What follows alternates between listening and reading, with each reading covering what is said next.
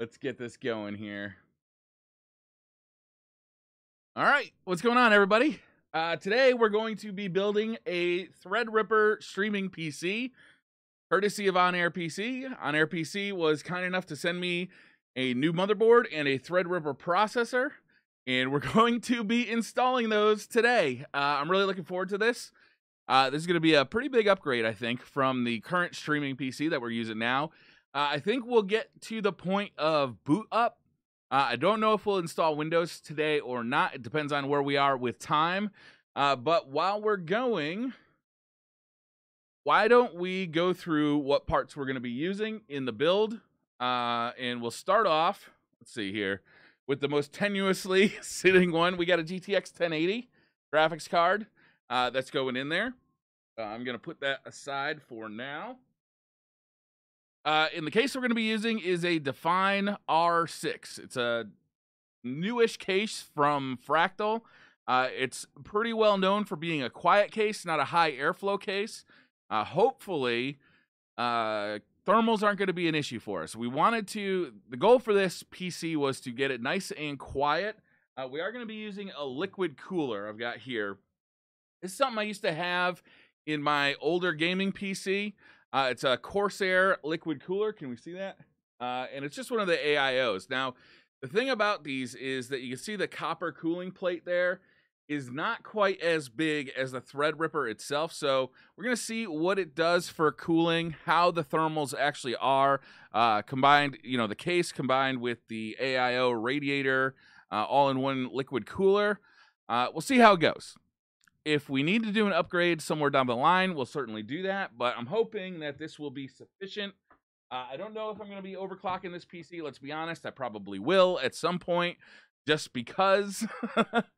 But let's see what happens here. So, what do we got in chat? Jesus Ninja has, oh my god. I've been saving to build a new rig. This is perfect for me right now. Nice, Big Fish. Yeah, this should be a lot of fun. So we've got the Threadripper. This is the 1900 8-core 16-thread processor. We're going to test this thing out at some point down the line. I do expect the new Threadripper chips to come out this summer, and I do expect the older Threadripper chips to be heavily discounted. We'll see if we'll see what happens down the line. The base of this thing is the Asus Prime X399A motherboard. This thing is a monstrous motherboard. It basically required me to, it didn't require it, but this is a ATX extended motherboard. So it's a bigger motherboard than like a standard ATX motherboard. So that's why I went with the Fractal design. There's very few cases. There's not a lot of cases, not a lot of popular cases that support the eATX size for motherboards.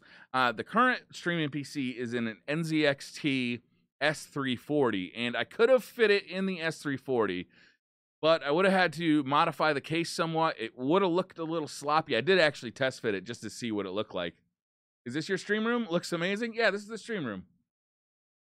Will you overclock? You will overclock. Yeah, I probably will. If you got any questions too, Fork Knife Spoon is on AirPC. He's in chat right now. I want to overclock my X5690, but I'm not really sure how. It's actually not that hard, Omega. There's a ton of guides online.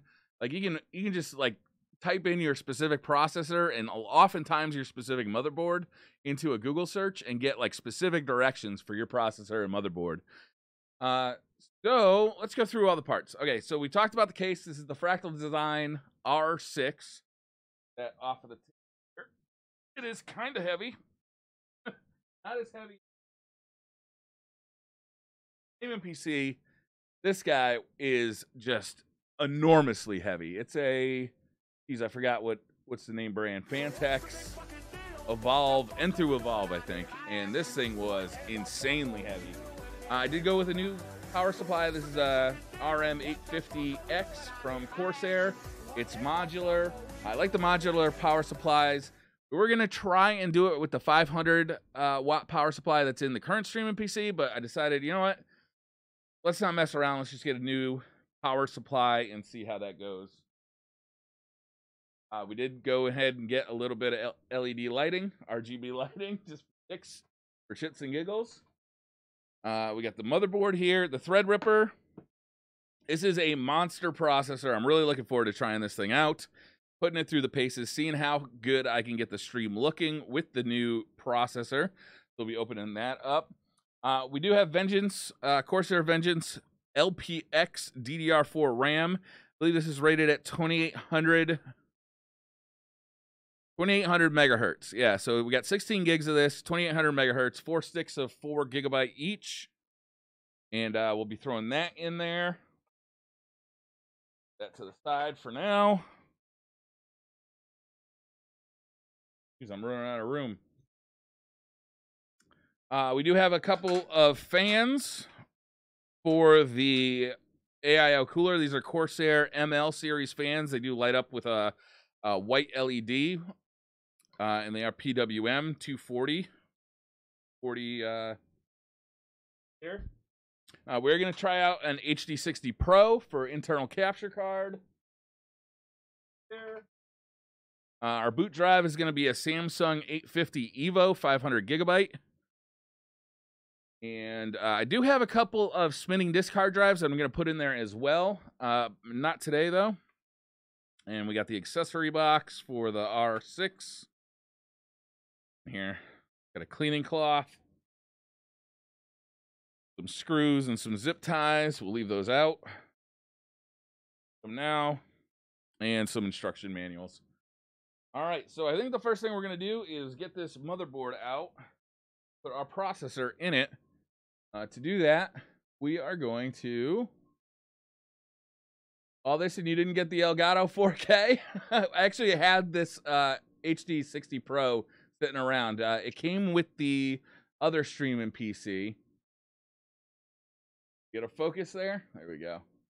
It came with the other StreamRipper, but it doesn't work with Ryzen. So we're going to see if it works with the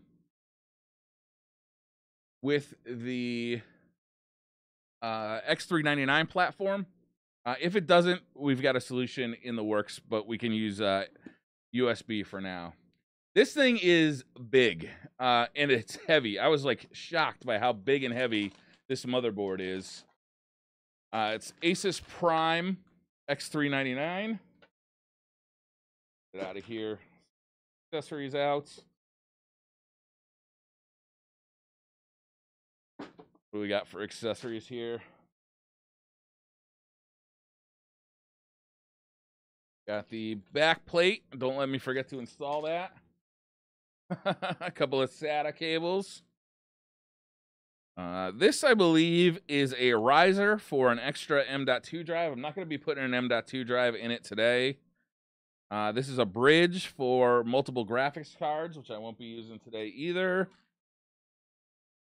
There are more SATA cables. How many SATA cables did I get here? Looks like they gave me 4 altogether. 4 SATA cables altogether. I'll be using one of those.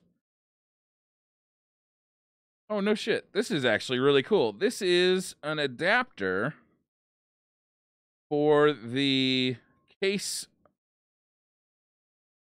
Like all the case, like the power and the lighting and the reset button for the case. You plug them into this, and then you can plug them in all at once into the motherboard. Probably down there somewhere. That's pretty neat. It's actually really cool. So we're going to put away the stuff we don't need. And get this motherboard out here. Let me know if, like, one of the cameras is blocking a view or whatever. I think it's like a fatherboard on a high-calorie diet. The thing is gigantic. It's heavy as hell, too. I mean, wait till you see the heatsink on it, too. It's ridiculous. This is the heatsink. And then it's actually got a fan in here. This is where the processor goes. And the memory, it's got 8 slots for memory. Nice thing about the Threadripper platform is it actually has 64 PCIe lanes. So you shouldn't have any issues by adding extra cards into it. It's actually really, really nice.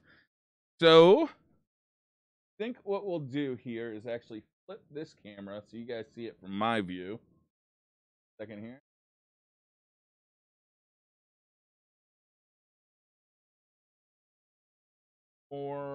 Rotate 180 degrees. There you go. Now you see it from my a little better.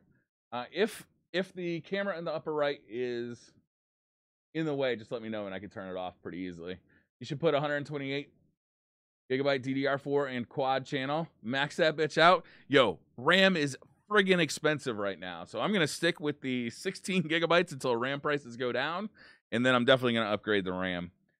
All right, so I've never installed a Threadripper processor before. This is going to be a new learning experience. But let's get started with it. Let's open this bitch up. Move this over here for now. And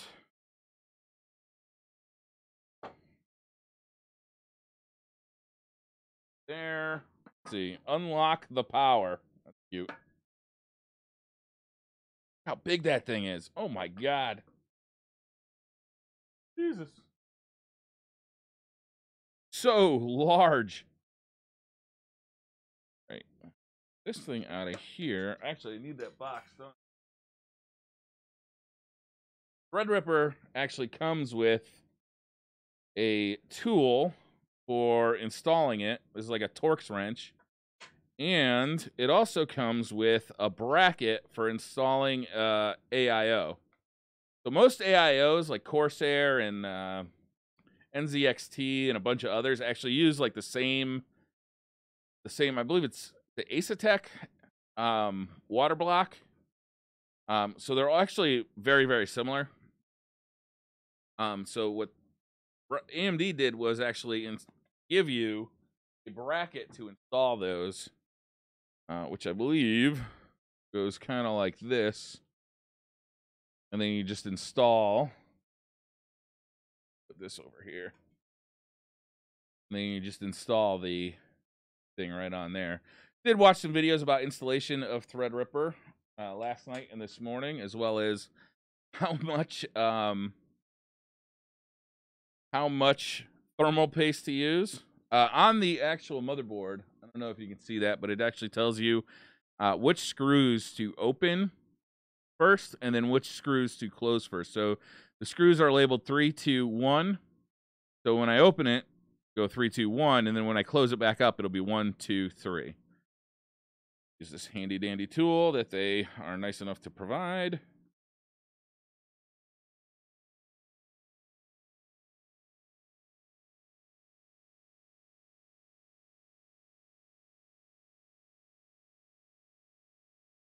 I get to live vicariously through Briar and see him build something I know my missus will never let me have. All right, and that just pops open, and then I believe squeeze in these tabs.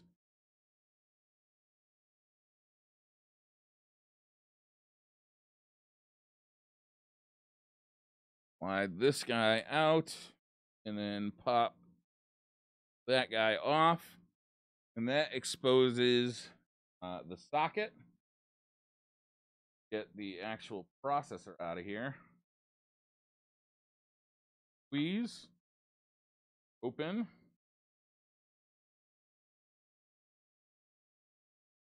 Slide that out. Oh my God. Even the processor is heavy on this thing. All right. And then we just slide this in here. And tap it in. Close the top. Go back to number 1.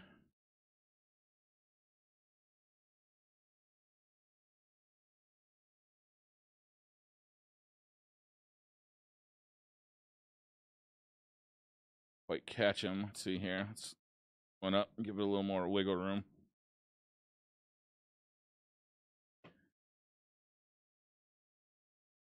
Go. That caught. That caught. Go back to number 1 here. This is a torque wrench too, I believe.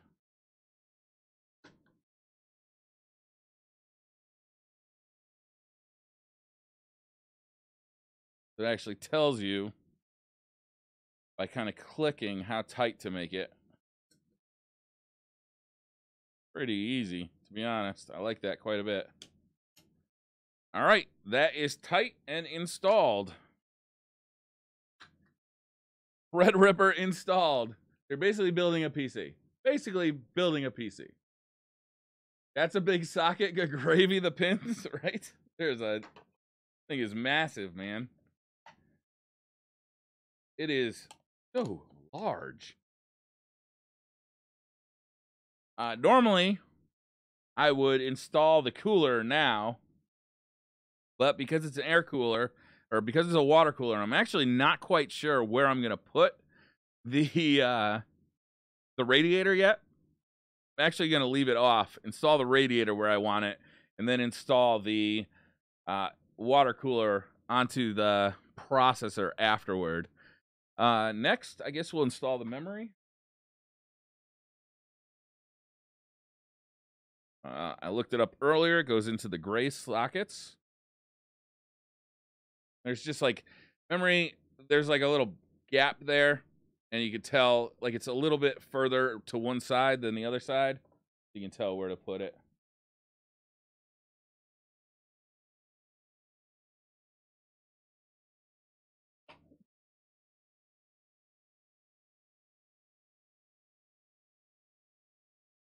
Then in.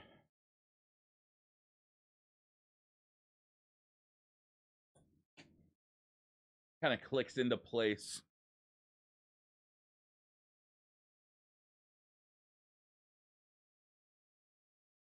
And that heatsink is huge on the VRMs.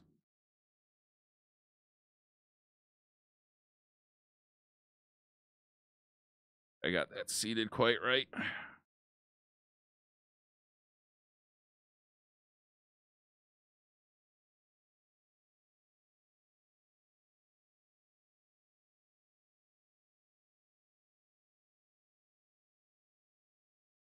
Yeah.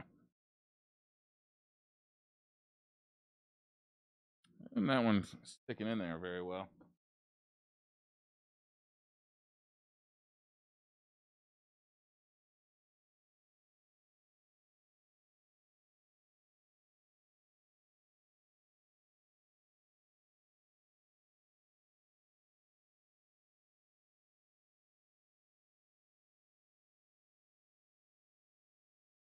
Am I putting it in the wrong side?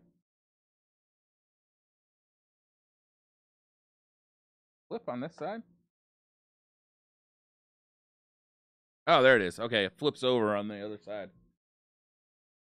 It's like upside downsy compared to the other side of the processor. Again.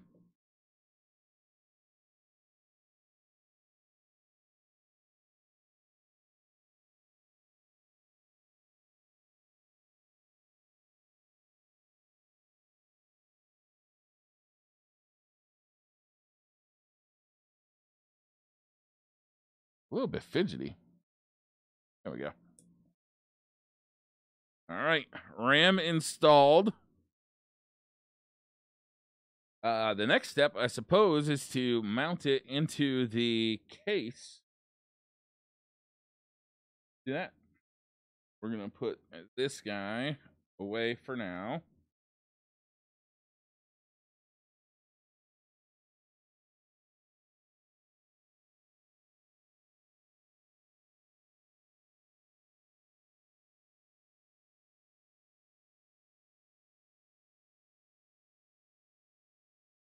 This thing is ginormous.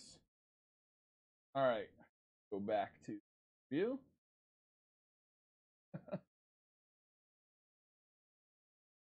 All right, some cool things about this PC or this case are it's got a button back here to easily remove the top, which I really like. And there's a lot of sound dampening foam kind of all throughout it. So this can be open up top, and it's got a filter that you just kind of take off of here. But I'm going to keep that filter in place for now.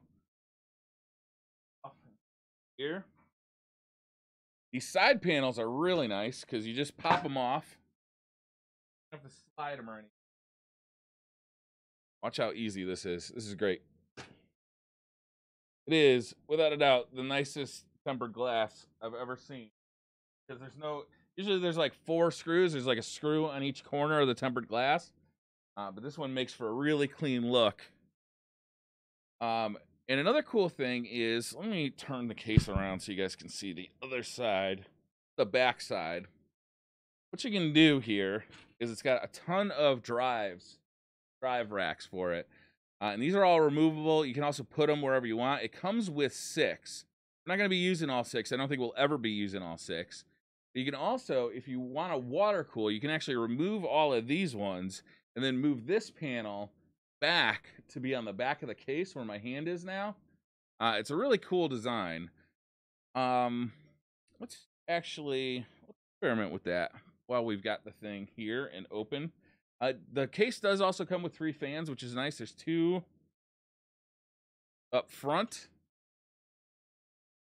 and there's 1 in the back for exhaust. Take a look. The thing's also got a fan controller. I was looking at the fan controller before. The case fans that it comes with are not PWM. They're the 3-pin connected fans.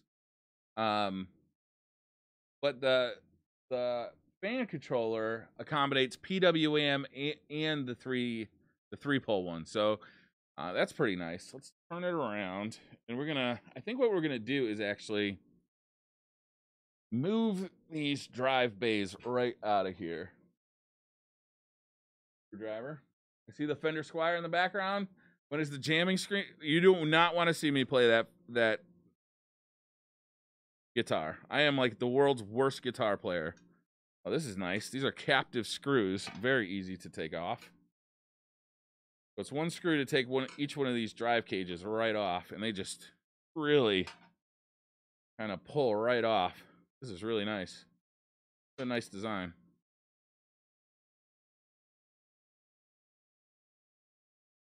I may or may not end up putting some of these or all of these back in, depending on how much storage space I end up needing. I do plan on kind of transitioning to PC for video editing. I've actually taken a couple of courses in Adobe Premiere. I want to experiment with Sony Vegas as well. Turn this thing around again. Kind of look into see how this actually moves.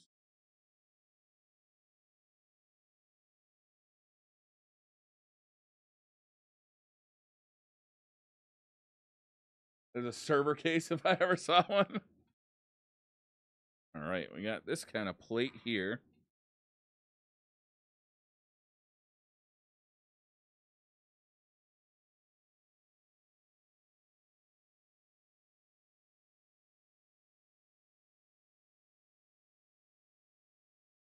Now, what I'm thinking about doing is mounting the radiator up front here. It might actually be cool to leave that in the front, mount the radiator, and the radiator be completely hidden. That'd actually be pretty cool. And then the drive bays are down here. I could populate these 2 drive bays. It's got 2 SSD drive bays in the back. Might go ahead and do that, because that might actually look really nice.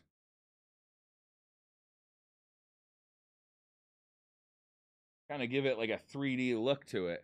I might go ahead and do that, actually, instead of moving this whole page backward. I'm going to see what that looks like. Fractal Defiant C is a good one. Smallest case that still supports full-size ATX. Yeah, I was really limited to what cases I could get because of the EATX motherboard. So why don't we go ahead and install motherboard. This on the table. This is a monster case, man. It's a monster. All right. Before I forget, I'm going to install the shield on the back. Head up. Bottom.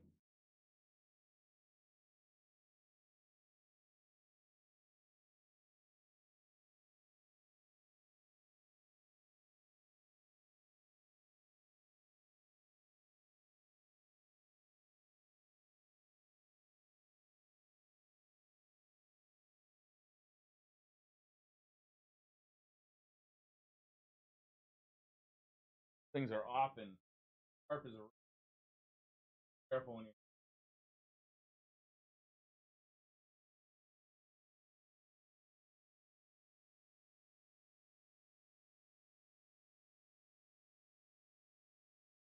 get it from the back just to make sure it looks flush.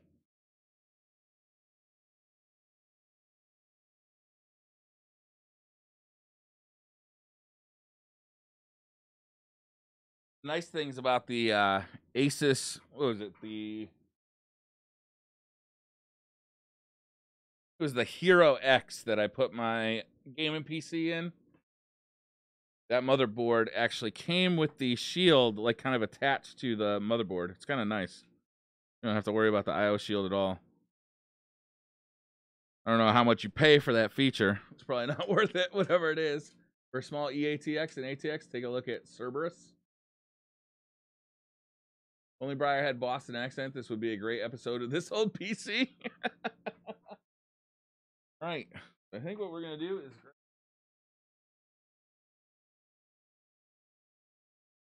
put it in.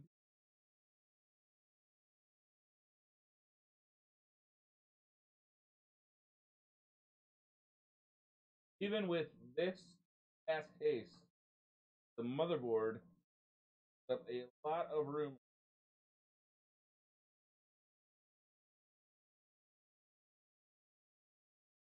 Like the where the cables come through is like halfway covered up. So the cables might actually have to come through and around there.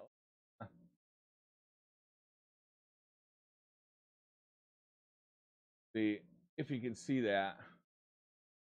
There's like these grommets here that are halfway covered up. Reroute your 24 pin. Yo, that's not a bad idea, Target. I'm gonna take your, because that might be kind of a pain in the neck later if I don't, right?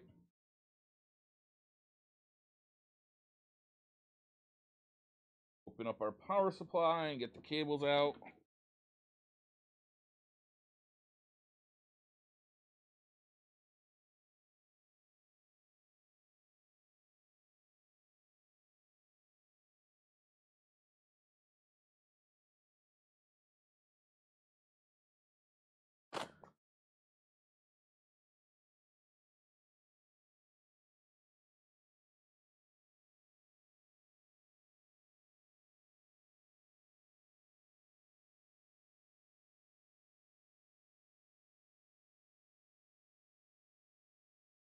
Yeah.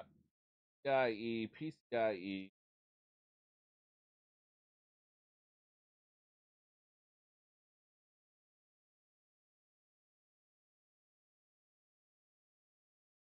OLX.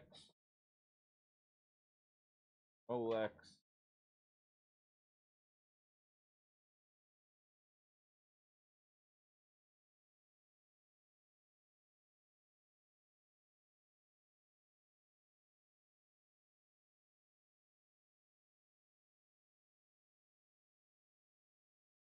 U.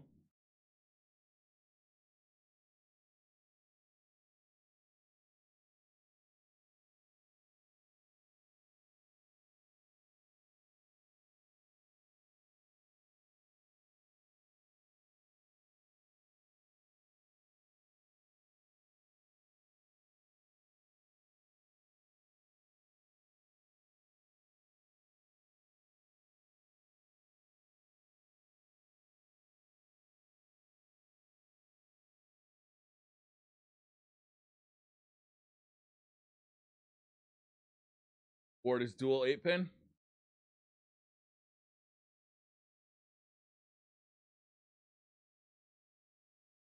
I think it'll be awesome to drink beer with you. Let somebody else build this shit. I like drinking beer.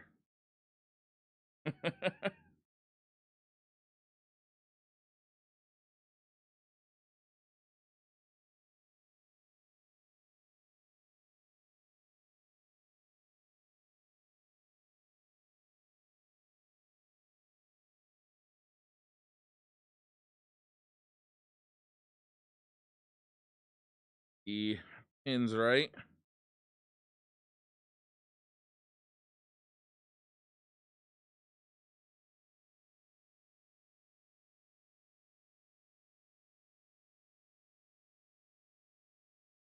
Looks pretty good.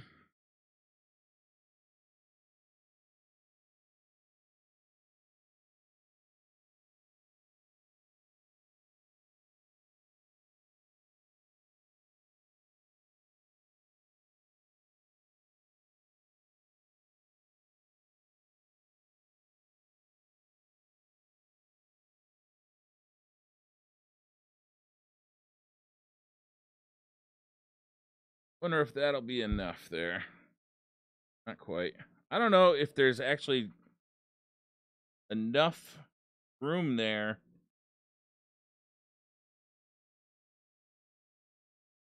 for that cable to come through. I might have to use the other hole. Just too small a hole, and I don't want to pressure that motherboard too heavily.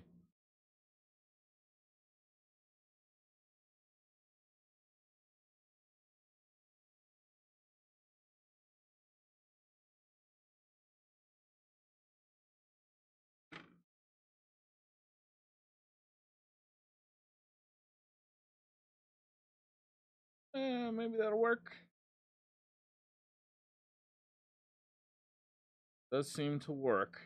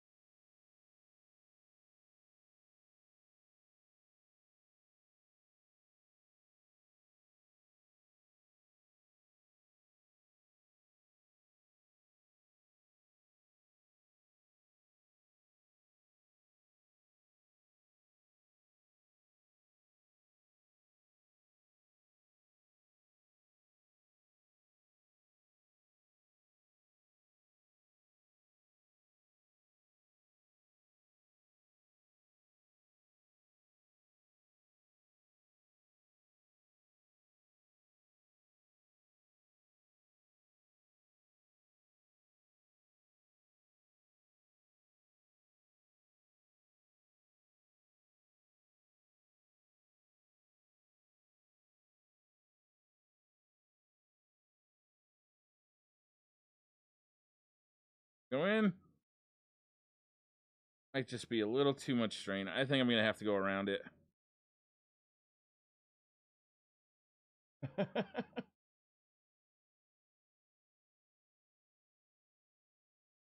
Standing it up helps me out here.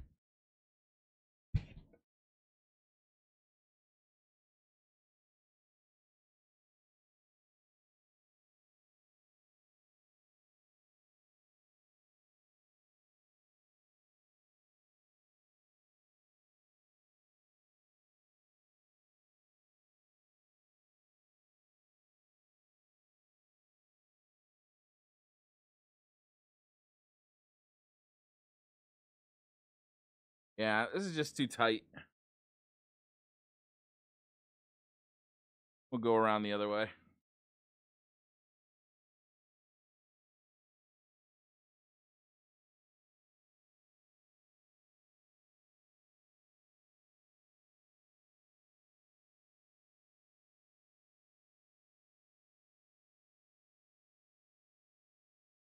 Wait, was I putting the wrong side in there?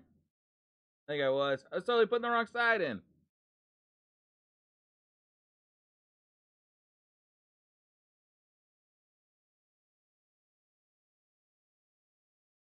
We'll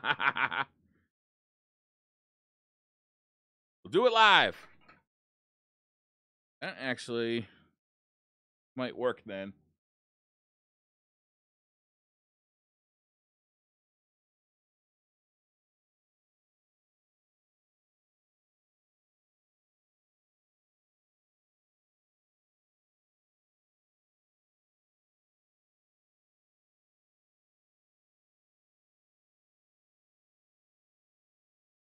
It's just too tight a turn. It just makes for too tight a turn. All right, we'll do it after then. The motherboard down.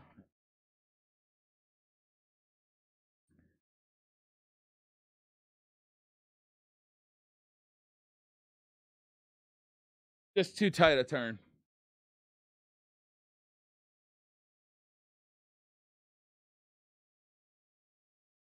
All right, so theoretically, the correct screws should be in this bag. Hey, Fig, what's going on, man? How are you? It was before Christmas. I love these computer builds. I like doing these too, Heavy Metal Mama. How you doing today? Ah, the little doodad in that bag.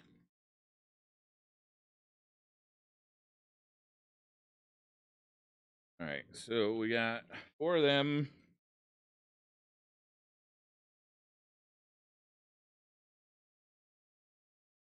Extra riser. 4 of them.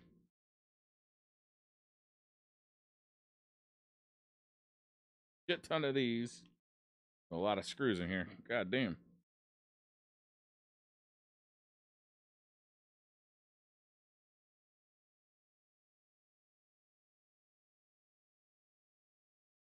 Bought my current 1080 Ti before the real shenanigans kicked off. Yeah, graphics card prices are coming down though, which is good. These are thumb screws. These are thumb screws. Some Big Daddy screw here. I don't know what those are.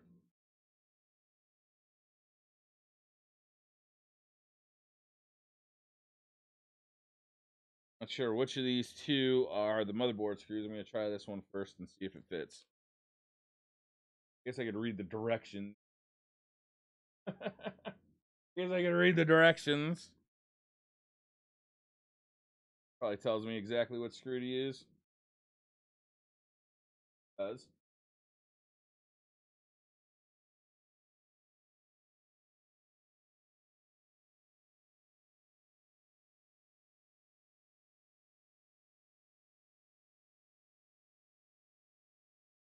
RAM though, RAM is ridiculous right now. I'd love to at least get this up to 32 gigabytes of RAM. It's just too damn expensive right now. Microphone out of my way a little bit.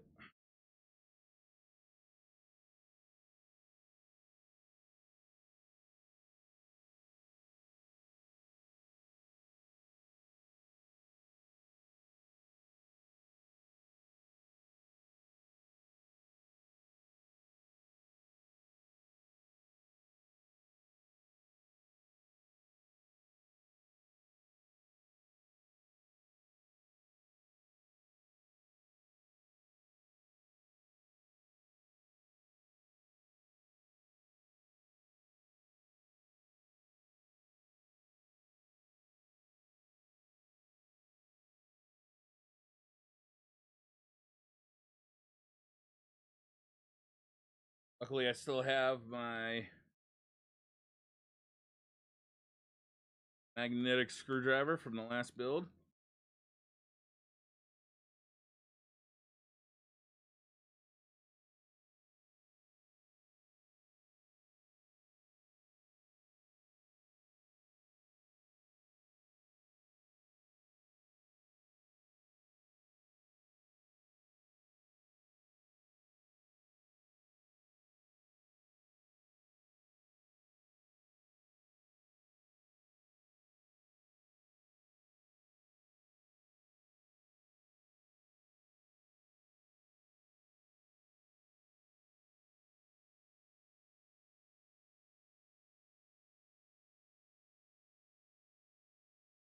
The AMD, it is. It's a Threadripper.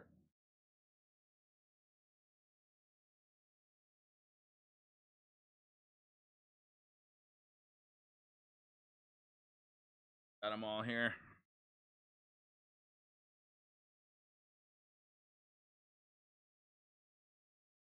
3, 4, 5, 6. Yeah,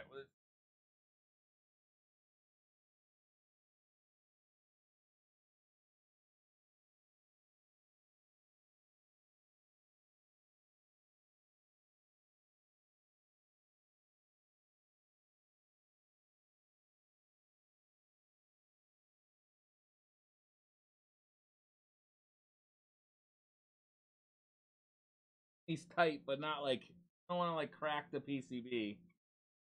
I have to be secure, but not.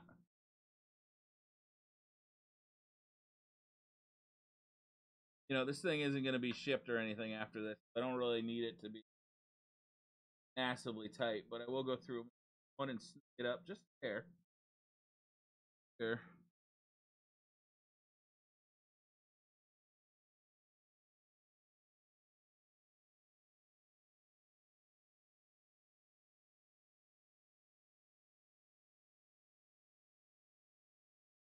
There's really not a lot of room for this motherboard. It is a gigantic motherboard.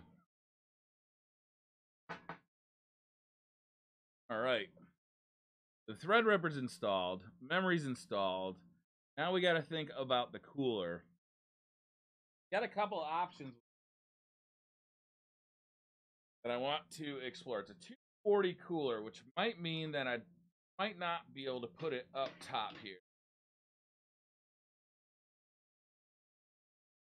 I think it's just going to be too big to go up top. Yeah, so it's going to have to go up front.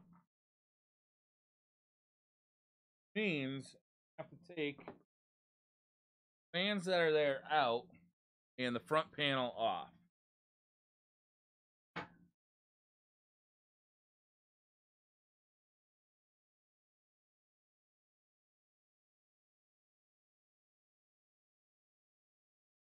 Work on that. I don't know how to take the panel off. This is a kind of a nice front panel. It just opens up and you can see there's, I don't know if you can see that or not. This is all like a foam material for sound baffling. And then in the front,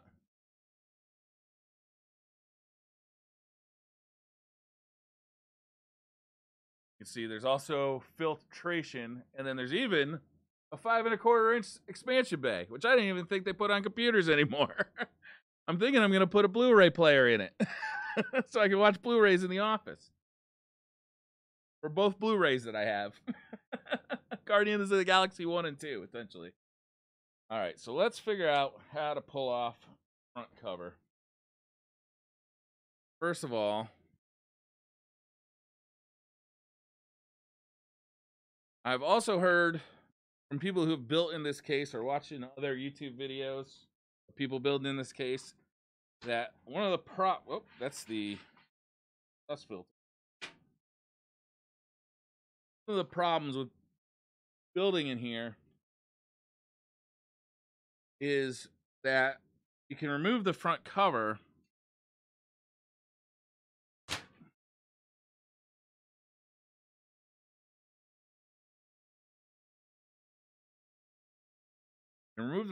but the I/O comes with it, or the USB and the power stuff comes with it, but that doesn't actually seem to be the case here. To be okay. I hate taking plastic pieces off of computers, these plastic panels. I'm always afraid I'm going to break the clips when I'm doing it. Hate that. Hate that, I hate that. Did I break any of them? No, they all look okay. Good. All right, so take this dust filter off. The full-length dust filter for the whole bottom of the PC. You can add fans to the bottom of the PC, which I actually might do, depending on what cooling I have. So we're going to take out the stock fans. We're going to put the radiator right up in the front.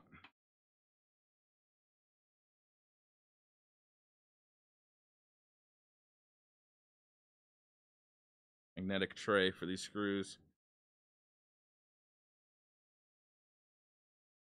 Zip drive, nightmare fuel. 3.5 inch floppy. I'm actually thinking about buying a DVD drive, or not a DVD, a Blu-ray drive. I thought it'd be cool to have a Blu-ray player in my PC so I can play 4K movies in the office. I don't know if I'd actually use it though, to be honest. To be totally honest, I don't know if I'd actually. After I installed it and watched the Blu-ray for 5 minutes to see how it looked, I don't know if I'd actually ever use it. I don't know how good these fans are or not. I've never dealt with Fractal before. But we're not going to use them for the radiator. Probably keep it at least for the back, though. For now.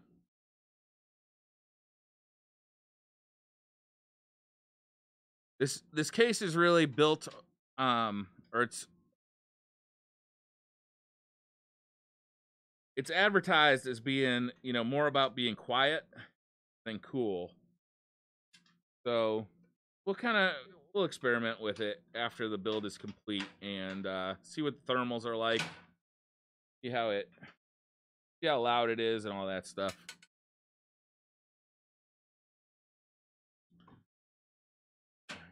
Fan out of here.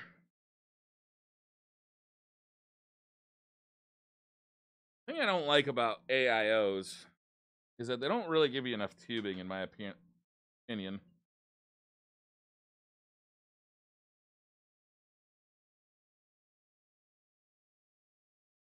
What I actually want to do. You want to always mount the tubes at the bottom so you don't have bubbles go into your pump. But there's never enough tubing to actually do that. I'll be much there, and that will go pretty there.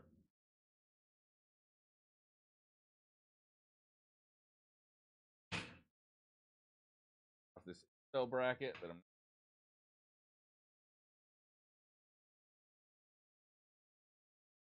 for.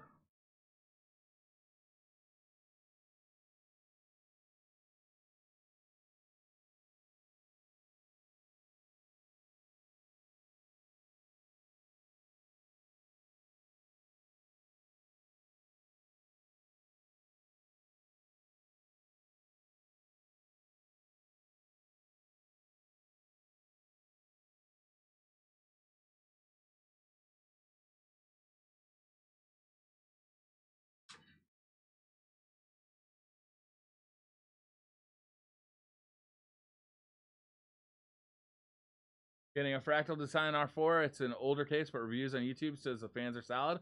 Oh, really? Fans look the same as the ones you have, so they should be fine? Good.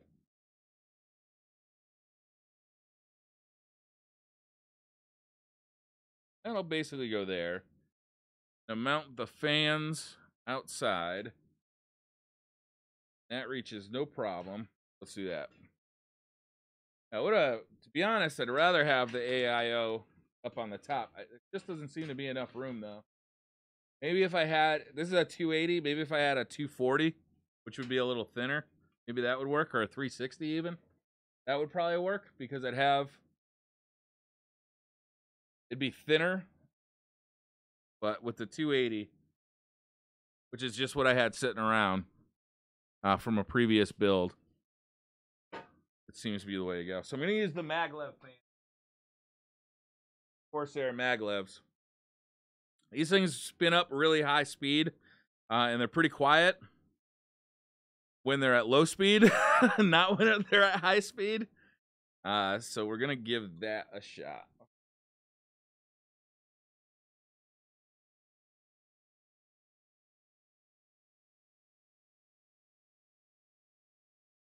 And they're PWM, and they got nice long cables to make routing a one down here at the bottom.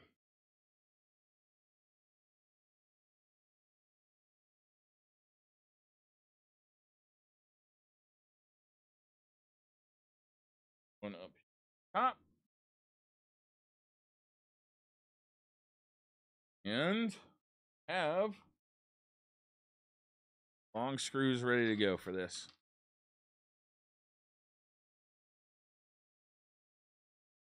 Move that HDD plate like you were looking at before.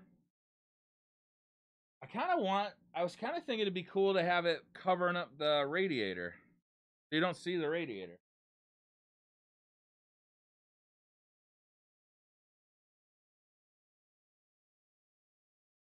I kind of think that'd be dope.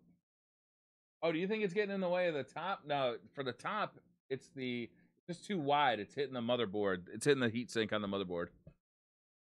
Higher bitrate incoming. Watch out, OBS. Nice room setup. Digging the lighting. Oh, thank you. Might allow you to put the radiator up top. I don't think so. It's not hitting that plate. It's hitting the actual motherboard.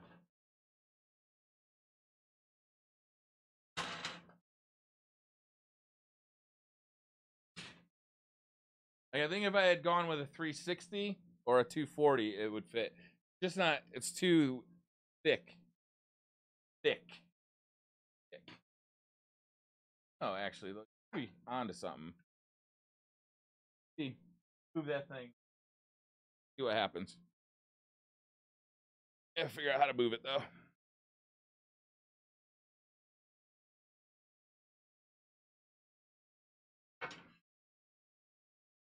Let's see. Don't need destructions.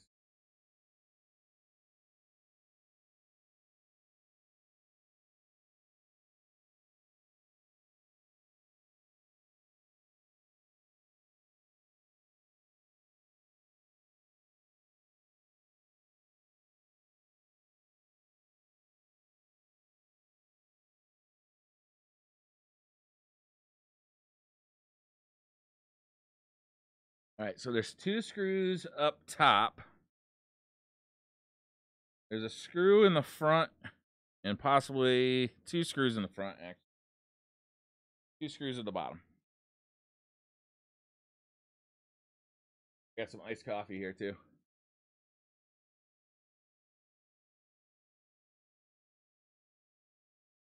One gigabit is coming to your neighborhood? Oh my god, I'm very jealous about that. Very jealous. Screws in the magnetic tray so I don't lose them or knock them off the table by accident.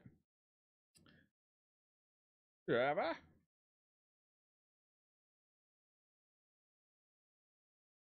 Up top, it says.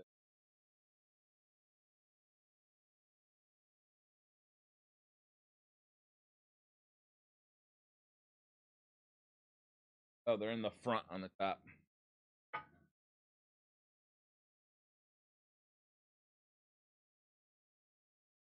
There they is.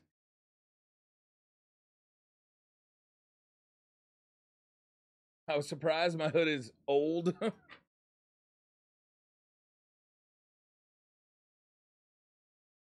Lucky to find that.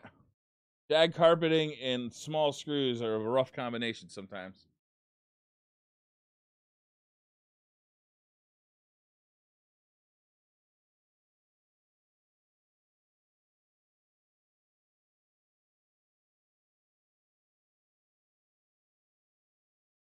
Okay.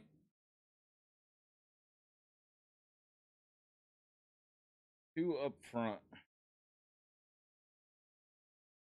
Is it this one?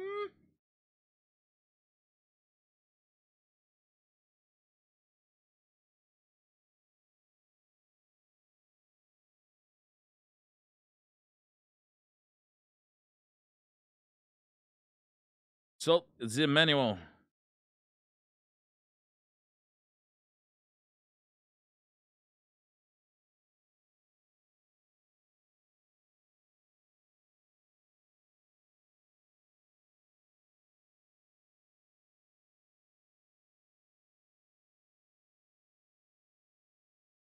I think it's this one and this one.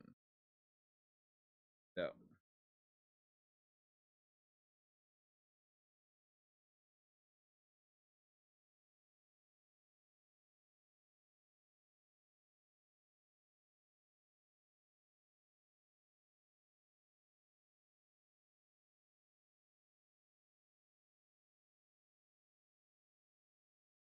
Loose. Bottom.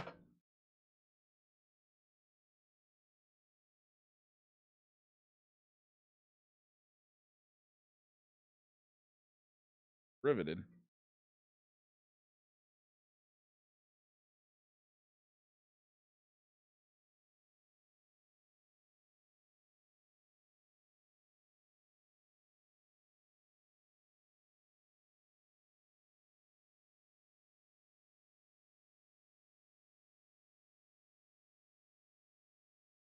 Hmm.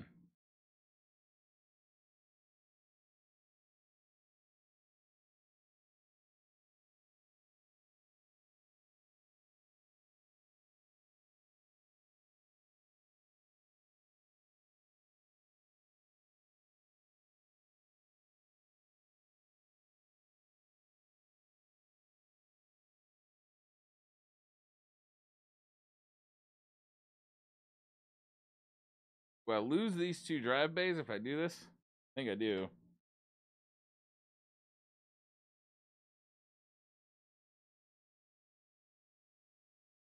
In that case, it's probably not worth. I really want those drive bays.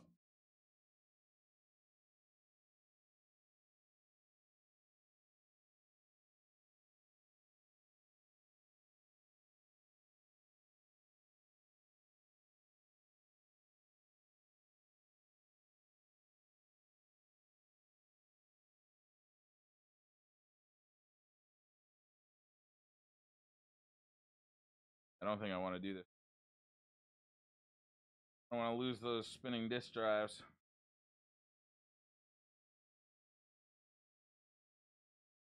Kind of worth it just to see how it works, though.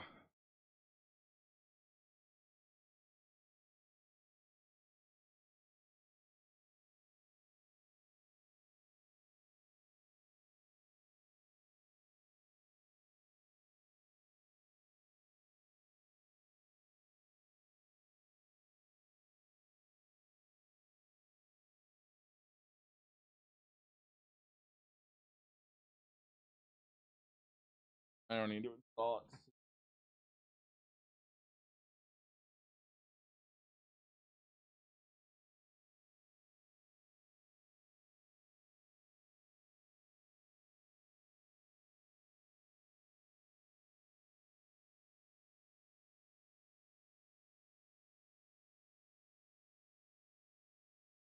It still doesn't fit.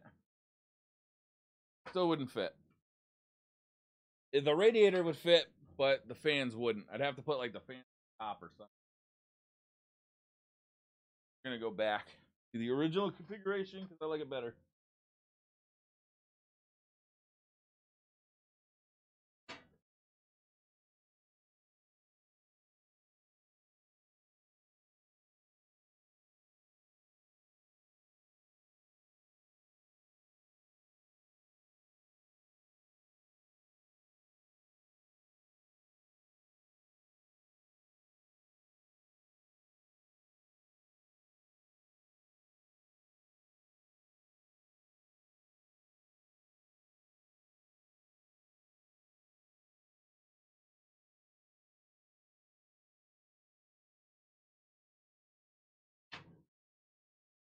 Yeah, I definitely would like to keep hard drives in there.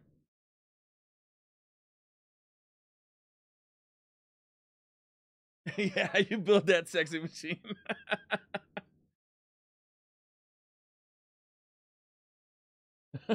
Content banned for lewdness.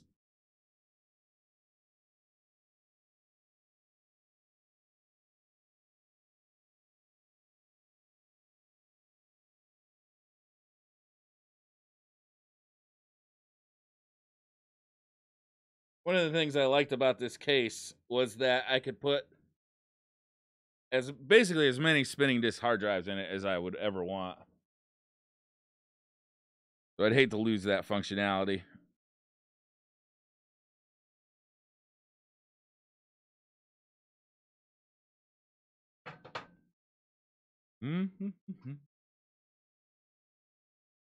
Keep missing your stream, sir? Then I come on and find you playing with grown-up Mechana. So what's the big fucking deal? What the fuck are we doing out here? I asked you, what in the fuck are we doing here? Yo, Mr. Goodbites, thank you for 2 fucking years. Congrats, Brian. Thank you so much, Mr. Goodbites.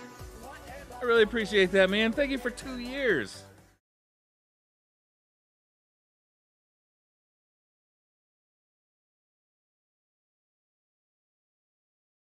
Thank you so much, man. I really appreciate that. You got a license for that screwdriver? No. I'm an unlicensed operator. I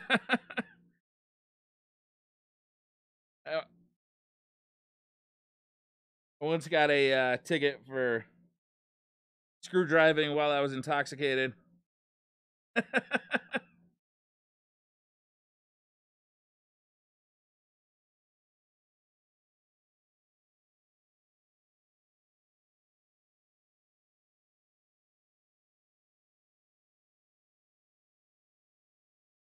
Is this a new office? Same office. Same office. Probably a different angle than what you're used to. My streaming setup is to my right. That's why I keep looking to my right. You probably figured that out, but usually I'm looking that way, and the left side of the room for me now is what you'd see as my background. But because of where the streaming PC is now and how long cables are for cameras, I figured it'd be easier to set up this way. All right, that's back in place. Now let's do the AIO.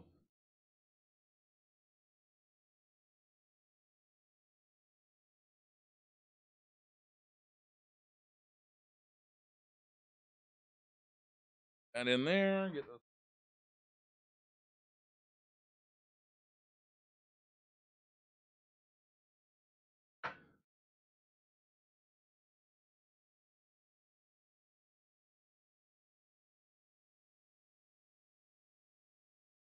Install Netscape and go Ask Jeeves. You even have Netscape, brah. All right, so those are kind of elevated up there.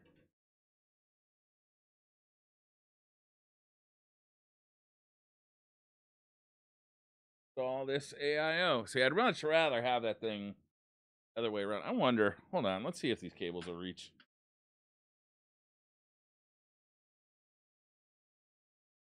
I'd much rather have that on the bottom.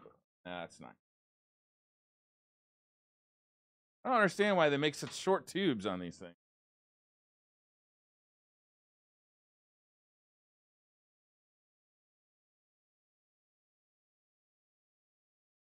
I was at Micro Center on Saturday. I almost bought a AIO specifically for Threadripper. They sell a 360 radiator with a cooler plate that's Threadripper size, so it covers the entire IHS, the entire processor.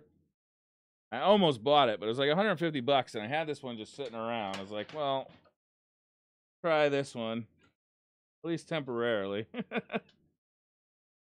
See how it goes.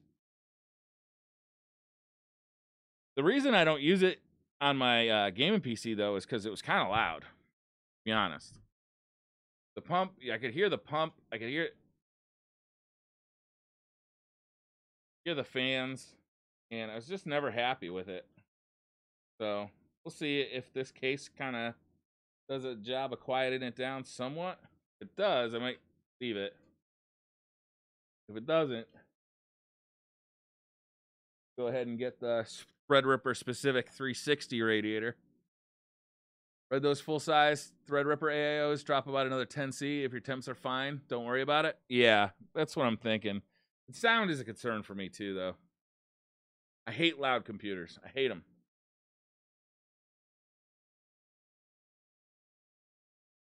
They drive me crazy.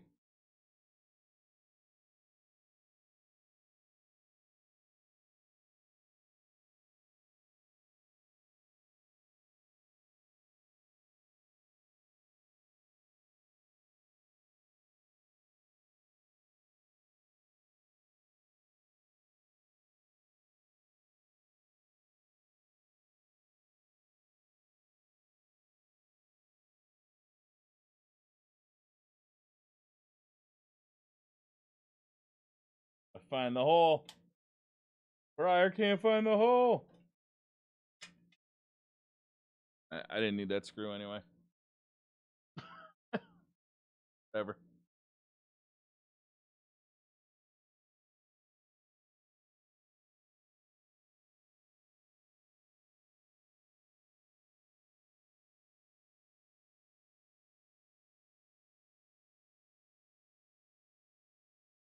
Right there.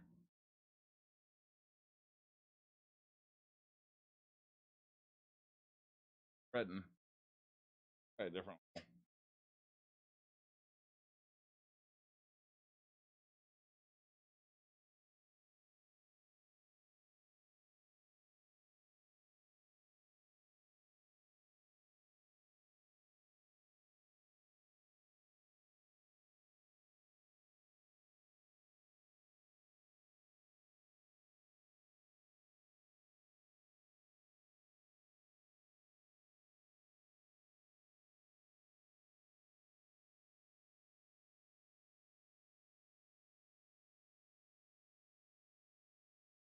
That's in the hole for sure.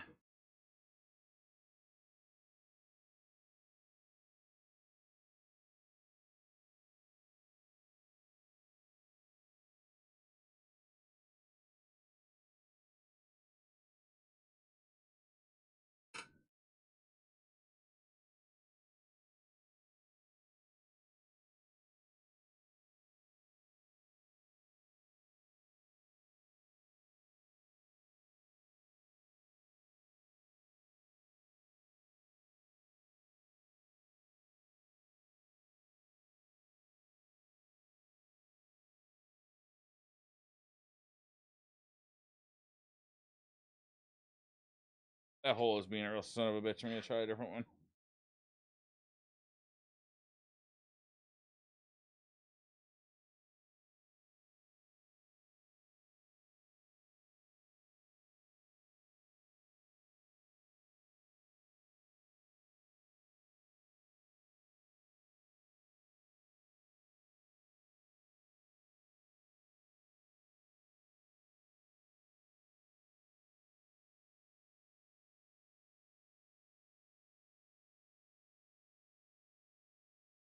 All right, that went right in there. Nice.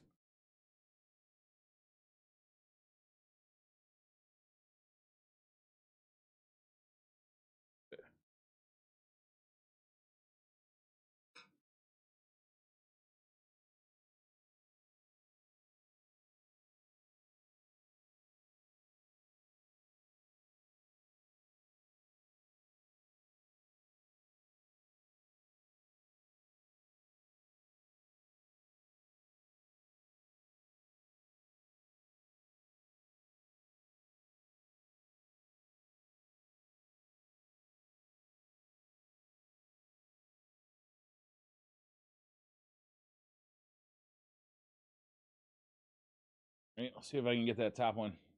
And God, Gary isn't here today. The double meanings.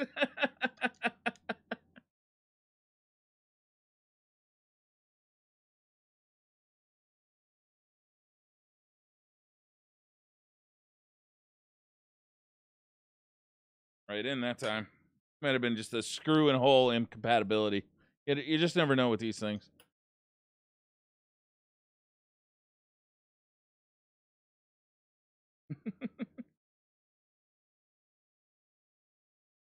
Why you gotta have sex before you get married? What you doing, Briar? Building stuff? Putting together a new streaming PC. Threadripper.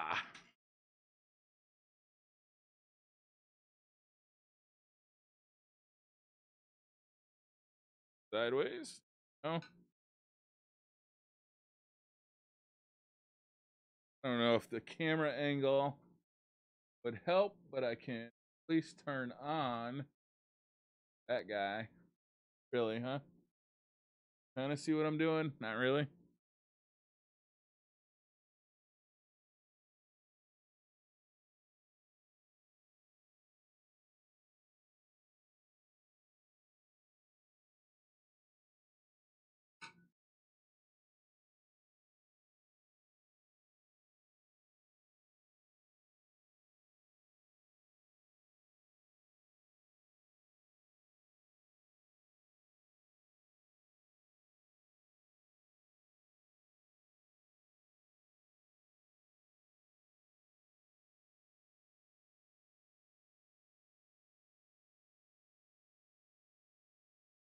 Something's goofy.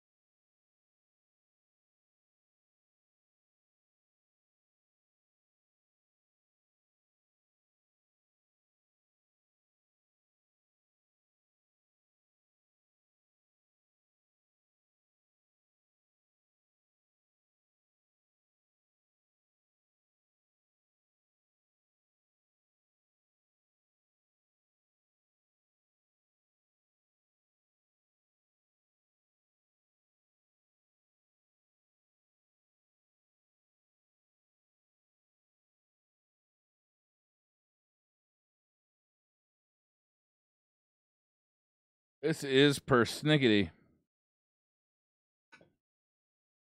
I'm sure people who have done this more times than I know exactly how to do it right. Let me try a different hole.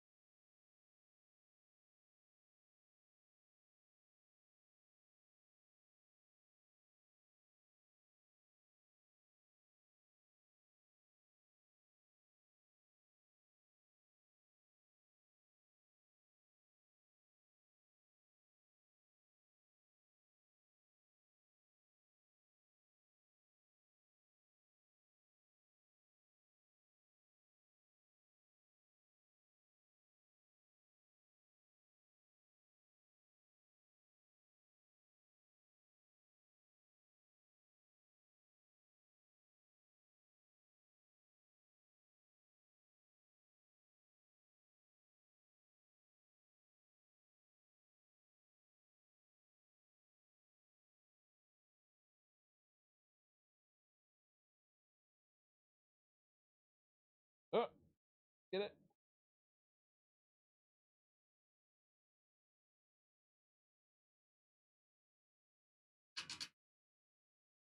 Let's try putting it down on its side.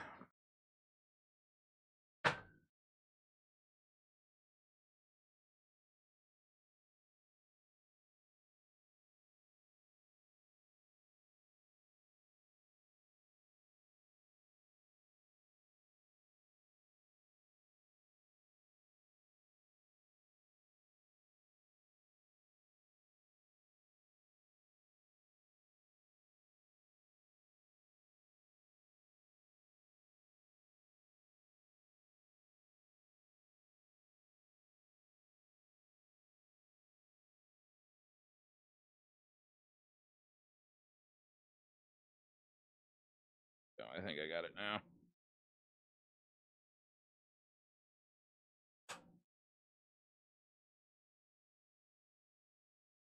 Right? One fan. Fan.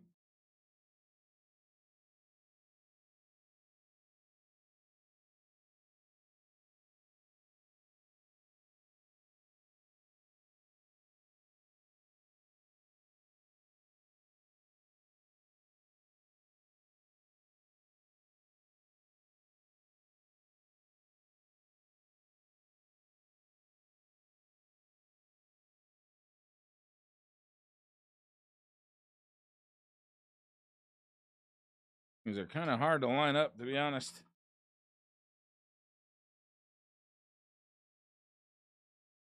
Get two of them in.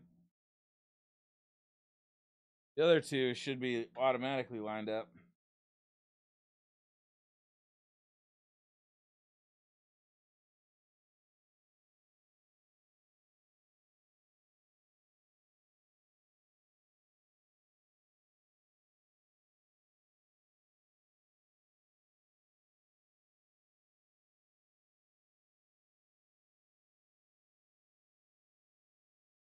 Oh, I think we caught. Caught. Good. All right, the other two should go in easy now. One of the reasons I prefer to air cool.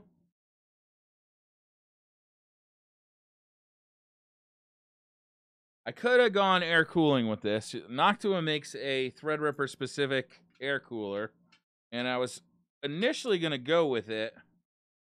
Cost about $80 or $90. And I use Noctua on this guy. I don't know, you can't kind of see it because of the reflection, but you know it's in there. And I may still yet do that. I don't know.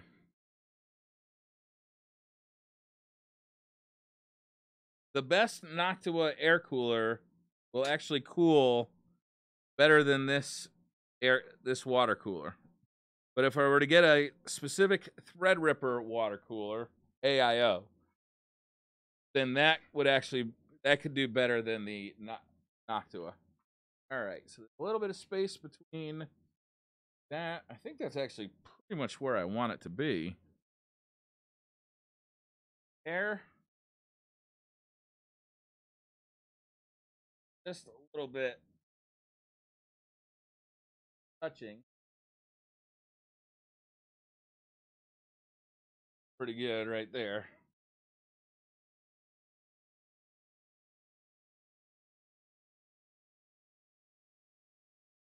ahead and tighten these down.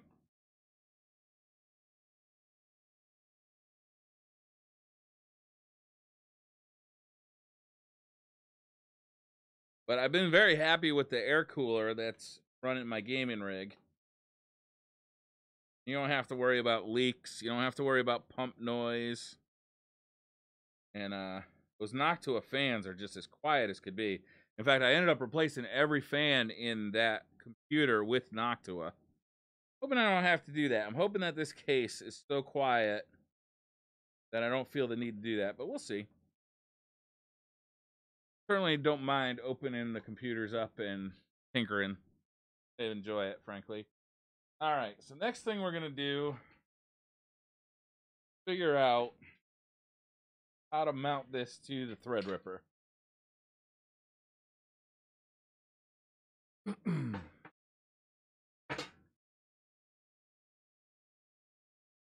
Oh, this is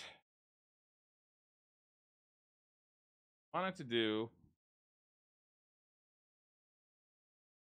like that. So gotta do get on here.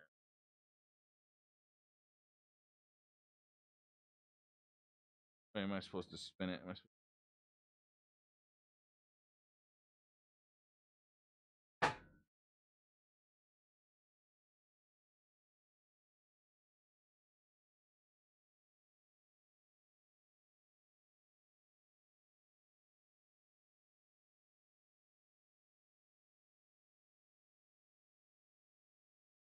So normal paste it up and do it to it.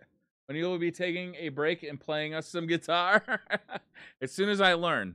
I've been practicing for 15 years. I figure in 15 more years, I should have it at least one song down. Yo, Gary, what's going on? The new backdrop and lighting makes you look like a cam girl. I'm not exactly complaining. What's going on, Gary? How you doing, man? Good to see you, as always. Love you, buddy. All right. I had to go to Best Buy and get thermal paste today. Forgot to get any at Micro Center when I was there on Saturday. So I just had to get whatever Best Buy had, and they had this thermal take PG7, which says it has diamond powder inside. Well, I don't know if that helps. All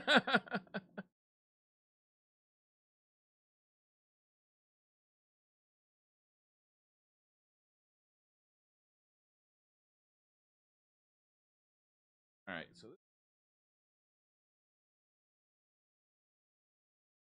do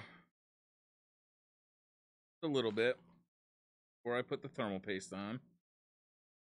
My fingerprints and any dust and stuff off. Got some coffee filters and alcohol to clean with.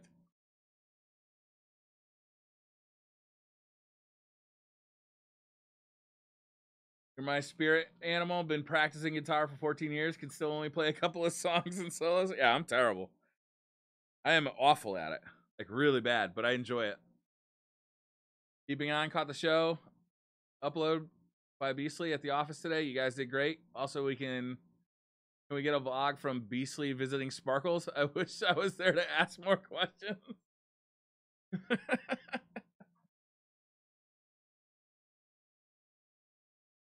And this guy.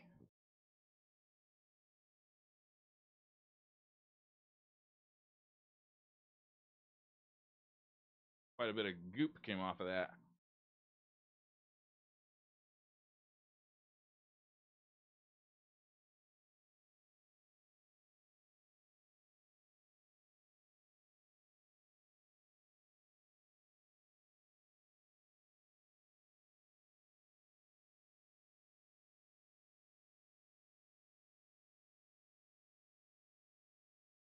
Suppose we can see what I'm up to.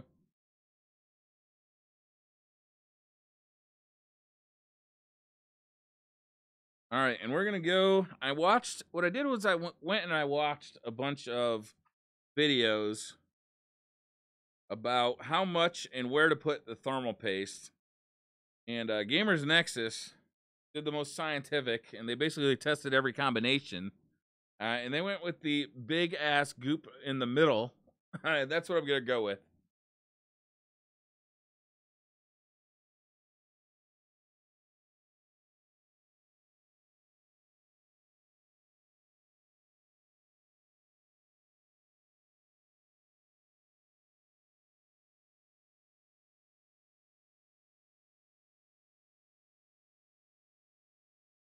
Yeah. And we'll test thermals afterward. And if I gotta reapply it, I gotta reapply it. Always listen to Tech Jesus. Always listen to Tech Jesus. Tech Jesus, man. I'll tell you, that guy does really in-depth testing on a lot of different things, and he's gonna start doing power supplies and fans. I'm really looking forward to seeing what the fans are, because my default has been go with Noctua because they're quiet and they're good. I'm really looking forward to seeing what kind of results he gets for fan testing, because fans are expensive, and like there really isn't like a one-stop shop place that does a lot of testing and analysis on them. So I'm excited that he's going to start doing that, to be honest. As far as installing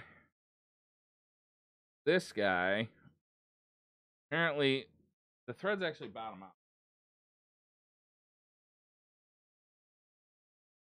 Just bottom out on you.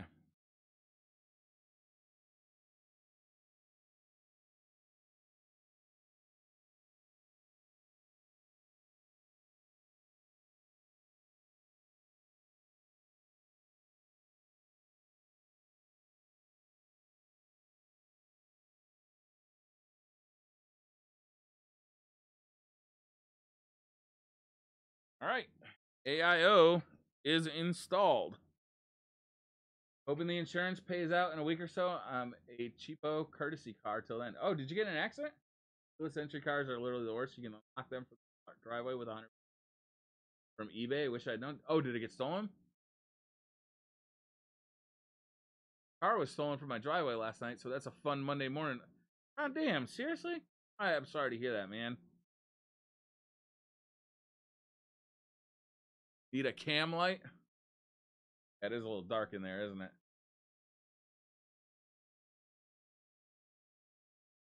It's a little dark in there.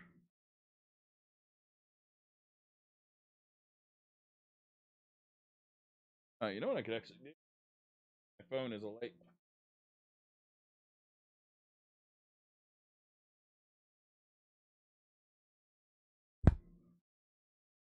That's way better. So yeah, that's the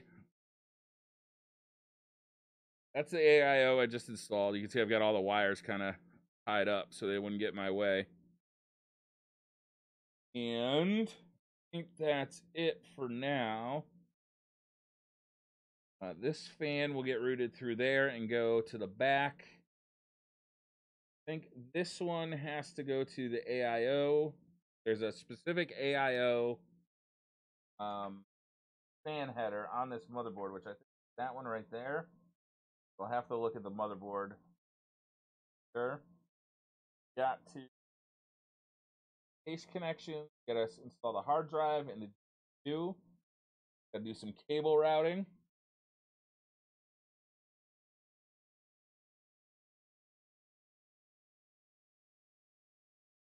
Working.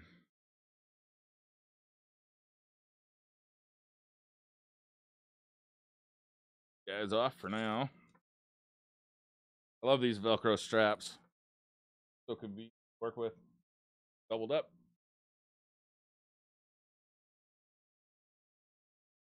Much love from the other side of the pond. Good luck on the Threadripper build. Thank you, Gary. Love you too, man.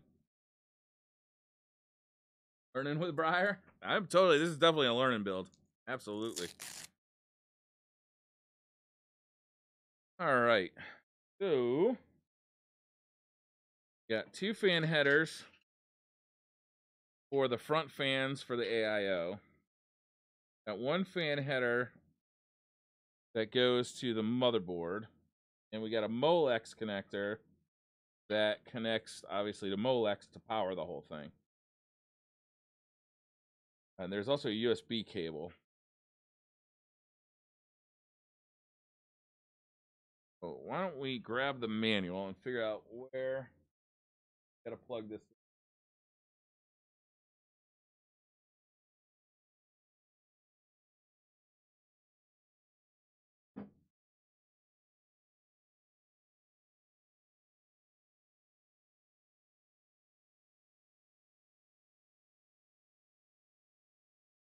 in the box.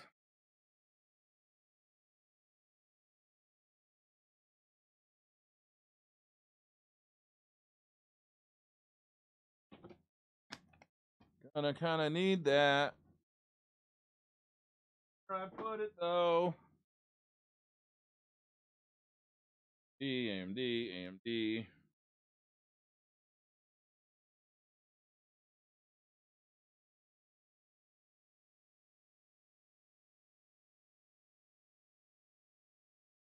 Oh, I see it. It's so far away though.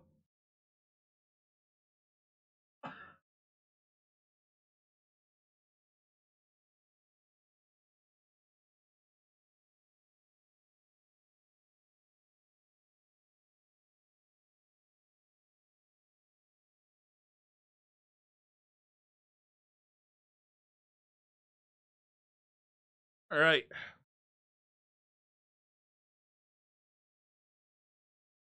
Right up at the front.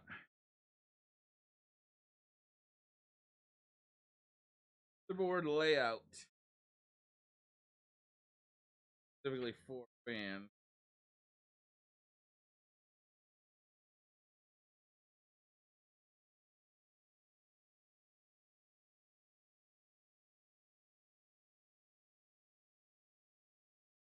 There it is. All right. AIO pump is B. Next to the memory slot.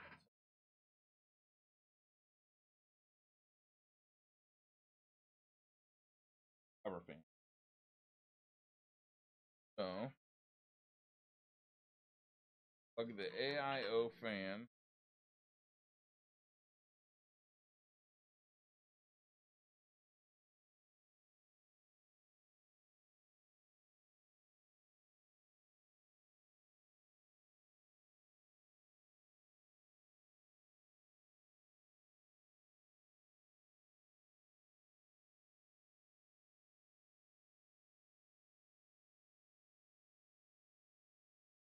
High and high.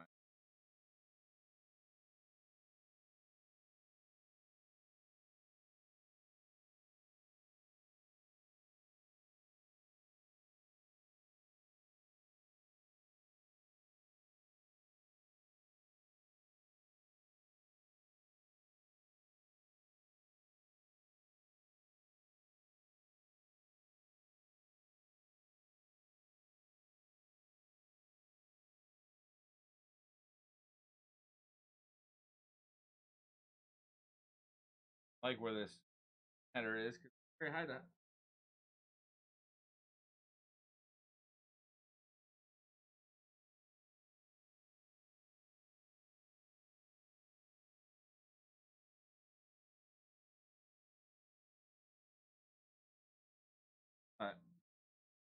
Oh.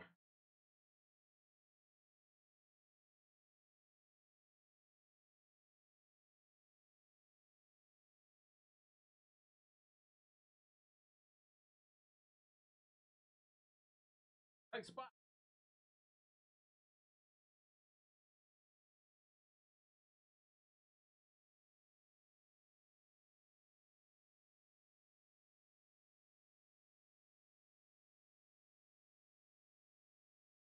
Funny, just yank on the cable. Very tiny little cable.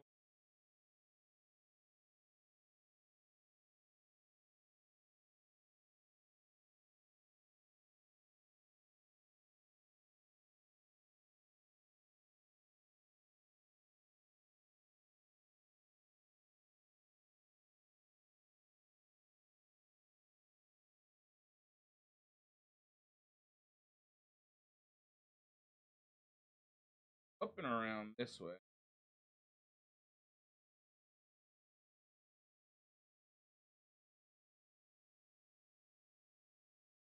And an anaconda of here.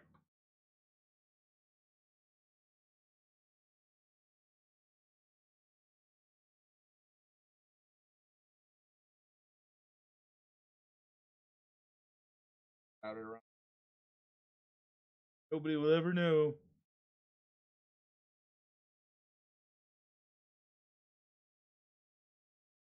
You.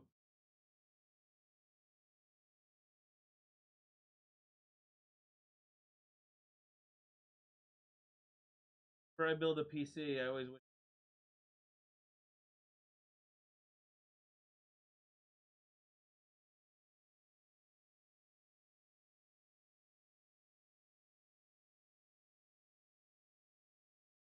Oh.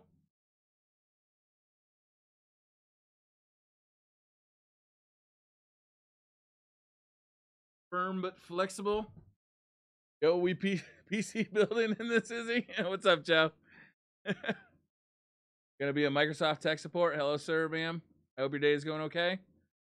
Okay, is your computer plugged into the wall? Yo, CC, thank you for the host, man.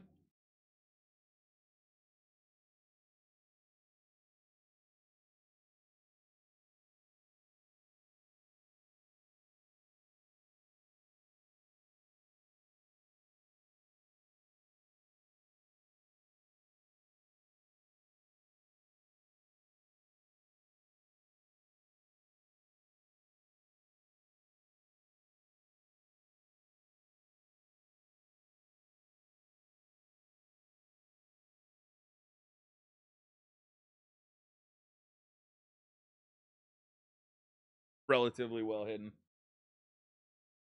Did you cut your fingers on the AIO shield? If not, you're doing it wrong. All right, and these two have to get routed up and over.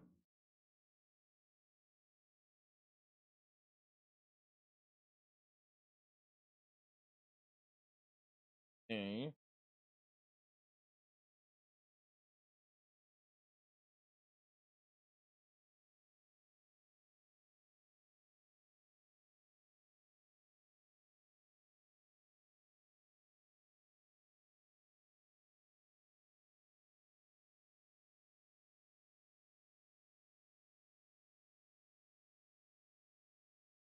A monster motherboard. It like covers every grommet.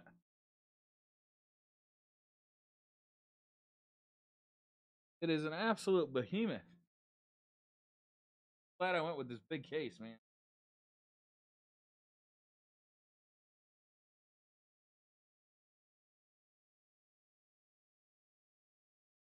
Stuff these cables down as best we can. Well,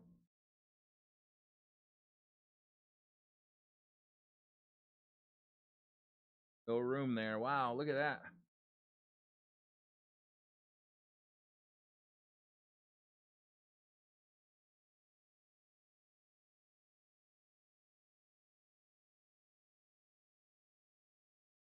Itty bitty, teeny weeny. All right. I think the next thing to do is probably get the power supply going. Let's get the cable routed.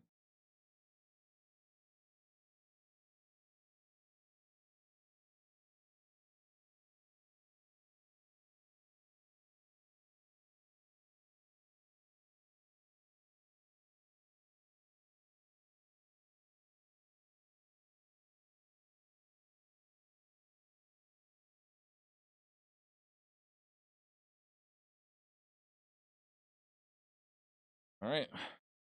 The power supply.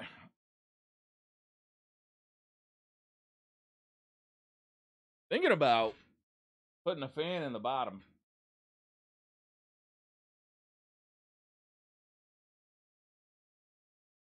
Just for extra cooling. Problem exists between keyboard and chair.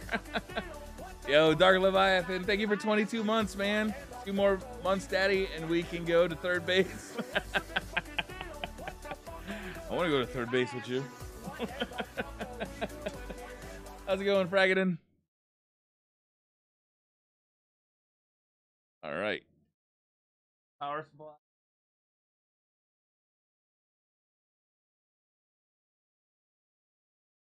Heck. Look how these things come in like galore bags.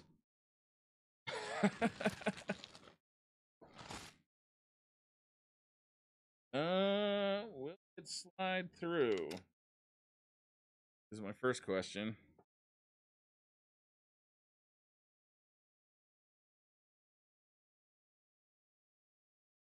Well, oh, it even has rubber mounts. Oh my god. Oh, sexy. All right. Oh, and there's plenty of room for cable management. Plenty of room for extra fans. Oh man. Really nice.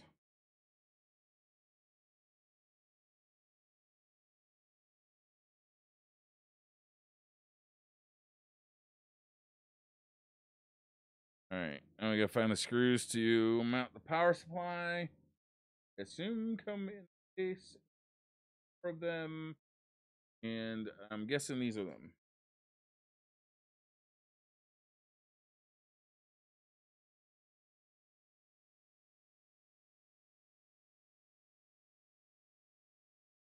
I put my a flathead. I don't need that. A Phillips head.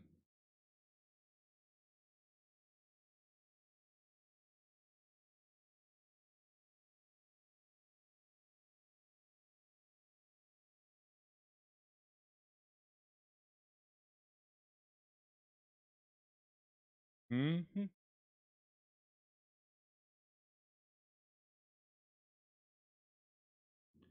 Kind of need like a behind the shoulder camera too. I'll tell you what though, getting 2 webcams working in OBS is a pain in the neck, especially after the most recent Windows update. Too much info? What's that?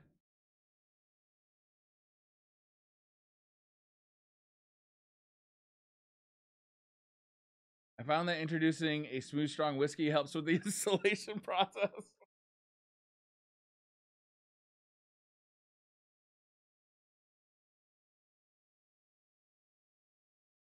Oh, you know what I should do?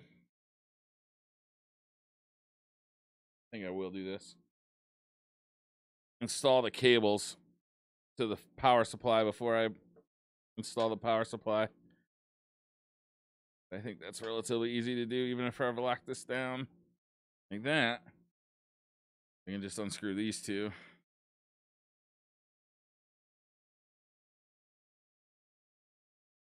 Here. That'll do. All right. So,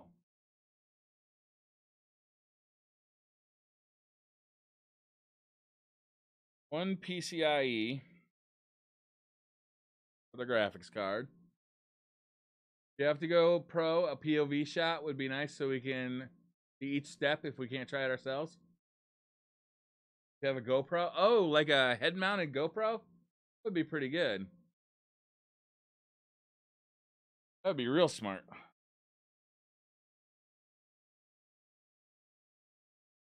So, bringing these cables a little bit. They're not a bitch to work with later.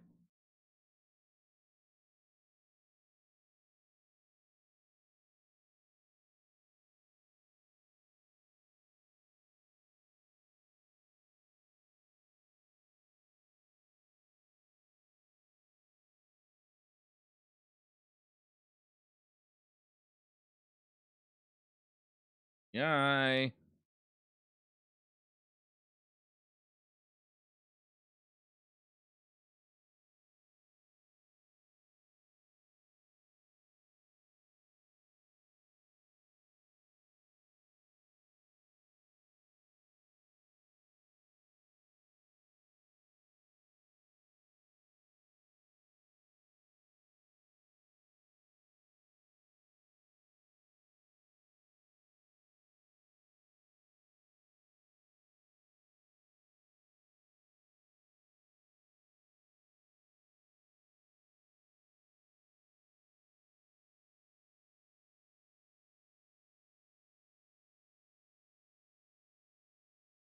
Over here or up there? Here, I guess.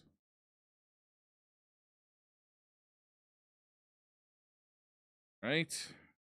Goes there. 4x4 CPU.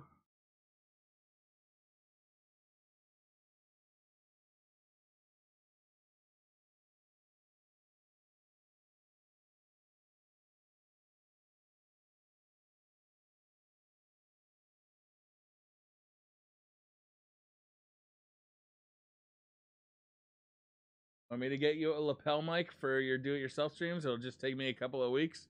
I have one. Is the sound quality bad coming from this mic? Am I too often not near the mic? I could do that. My wife actually bought me one.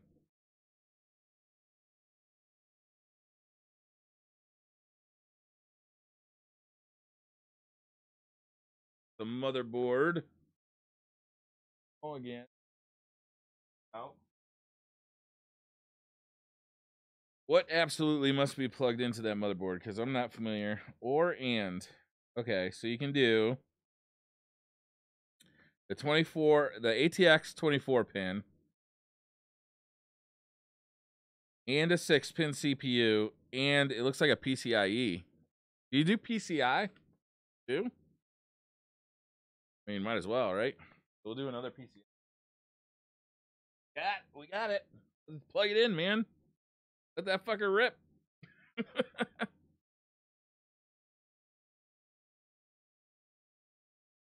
How many PCs have you built before, Briar? From scratch? Very few.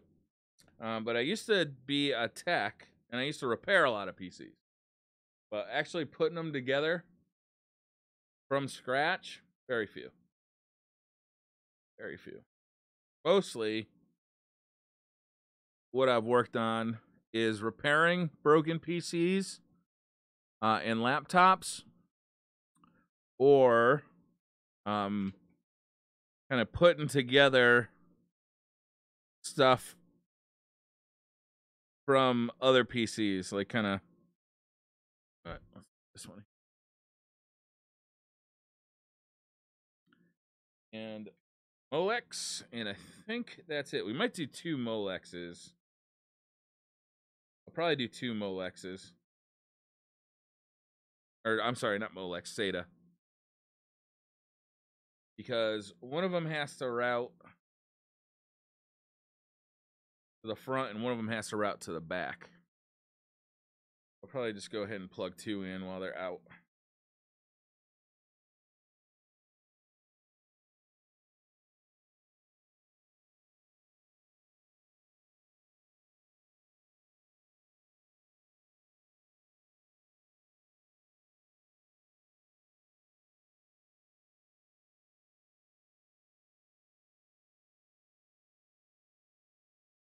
Because I need them for the hard drives, for the SSD, for the spinning disk. And also, I have a USB expansion card that takes a SATA power as well. It's actually got to kind of read itself all over this dang PC. All right, there's a lot of cables coming off of this thing. Kids are home. What time is it? 2:30. He's the Dr. Frankenstein of PC building.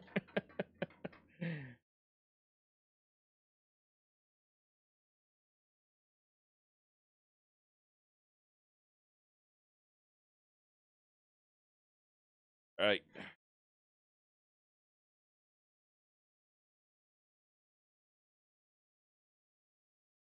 This is where PC building, to me, it's a little like you gotta really kind of take your time at this point. As you know, as I'm 2.5 hours into a build. Because I like the cables to be smart. You know, I don't like them to be all over the place in my way. And if I want to like change out components or add stuff, I like it to be relatively trivial to do that.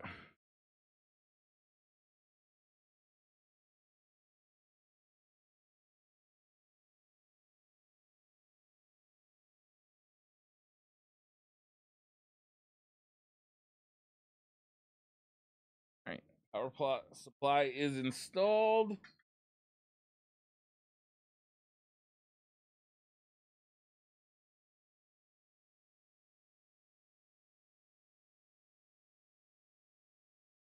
Why don't we start with the big boy?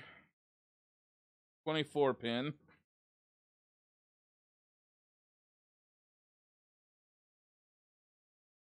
That right up around here. Really nice. The way they have a couple of zip ties here for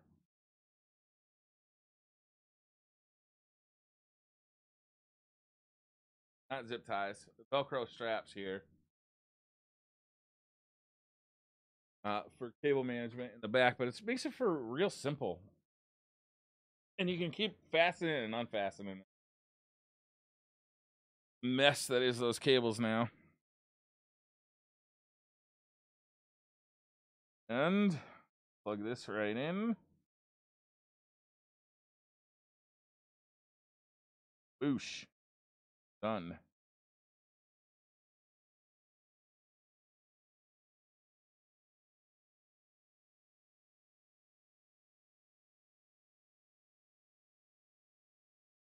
The next we'll do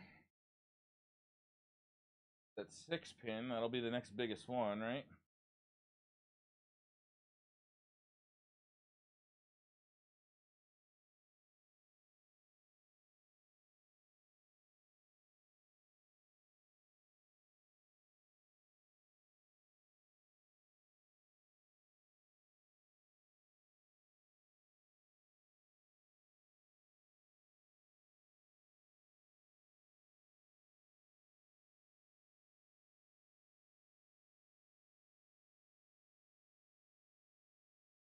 A PCI.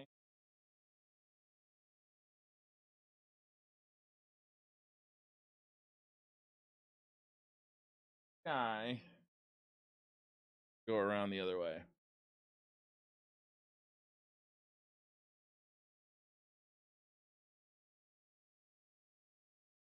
What's up, Lunar Knight? How you doing? Don't use front audio.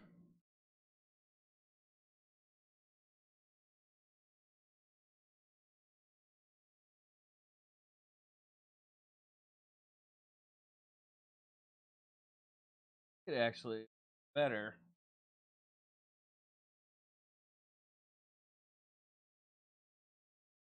Look a little here.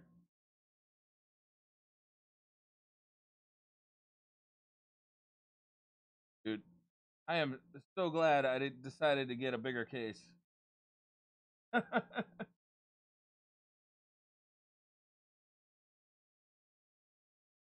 looks pretty good. You can hardly see it there.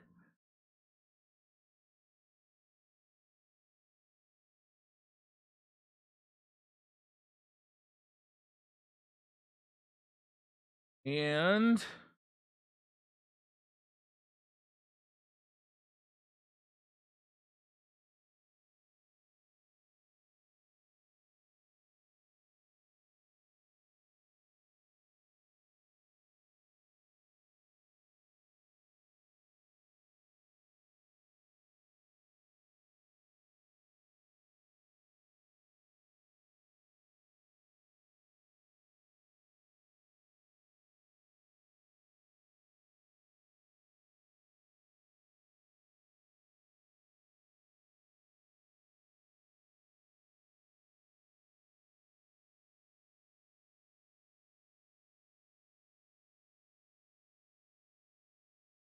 chilling, looking up prices on Threadrippers. Why AMD and not Intel? Price. Get so much more for your money with AMD right now. For gaming, like for a straight up gaming build, I would definitely go Intel. But as soon as you start wanting to do like streaming, AMD really, I feel like AMD really offers a lot more value.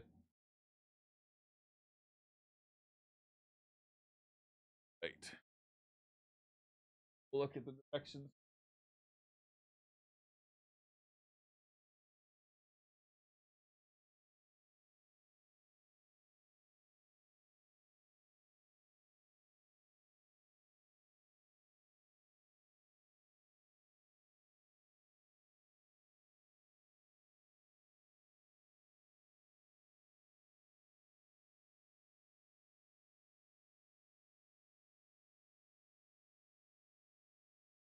don't think I've got one of them 4-pin power.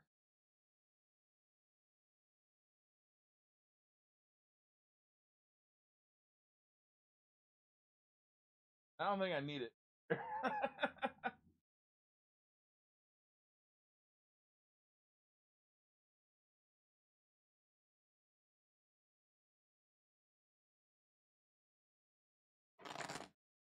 Does Briar still play Destiny? Of course I do, Ash.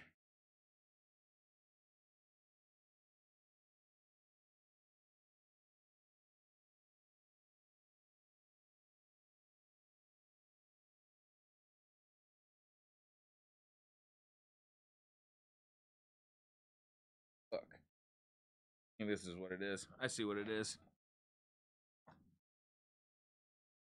This slides apart to make a 4-pin CPU power.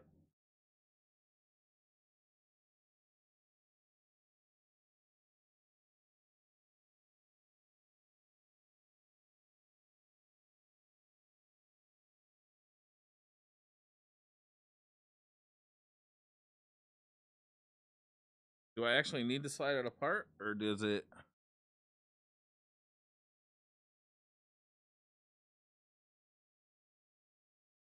Fractal design. I love my Define R4. So roomy. Nice.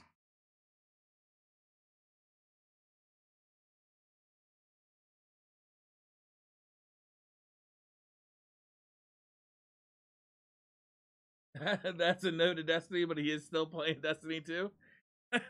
Yeah, on Destiny 1, that's a no for me, dog. That's a big fat negative. So I can't tell if I'm supposed to slide this thing apart or not. It looks like there might be. I wonder if I could just plug it in. The way it is? No, definitely not.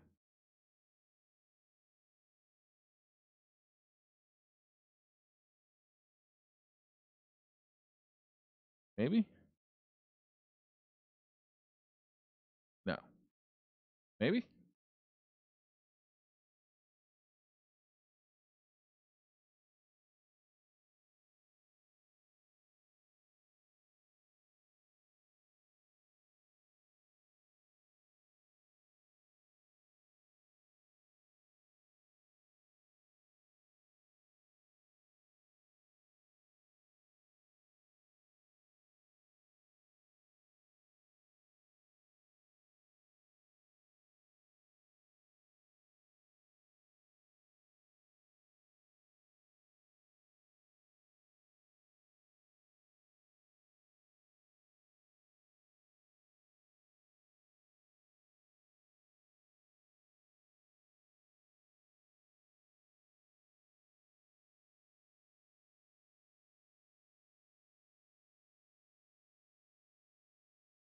Apparently that's plugs in there.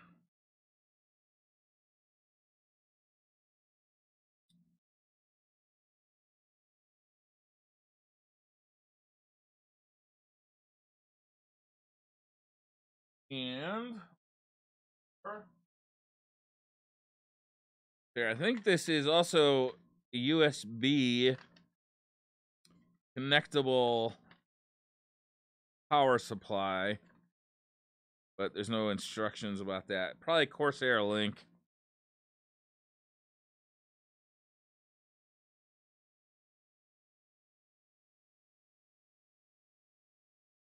I'm gonna Google this. Do I plug 8-pin CPU power into 4-pin connector on motherboard? I'm not sure if I'm supposed to like separate those two connections or if I'm supposed to just plug it in the way it is. You don't need an i7 for a 1080 Ti. If you want the absolute most frames you can get right now, the i7 8700K is going to be the perfect match. But it's very... Here it is. Tom's Hardware. 8-pin power connector, 4 pins on motherboard. Help. Answer. Hi, I guess that's a 4x4 pin power supply connector. Try separating them. There's 4-pin power. Your 8-pin CPU connector should split in half into 4-pin connectors. Try doing that. Do not try using a 4-pin PCI. Okay. So it should split in half.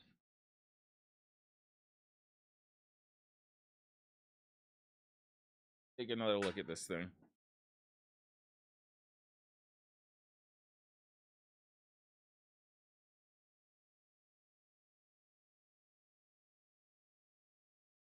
Mm-mm.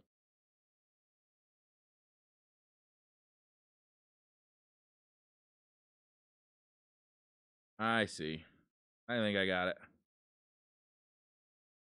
I think there's a little clip here. Little clippy.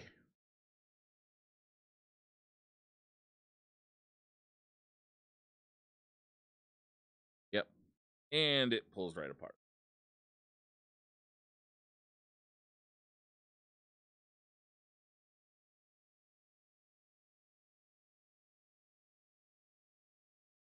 Although, you know what's messed up is that it's now just going to be hanging there. You might as well have them clipped together. Fuck it. Getting clipped together. Otherwise, it's just going to be hanging there. All messy. All right. And we'll this one up with the other one. Up. That's a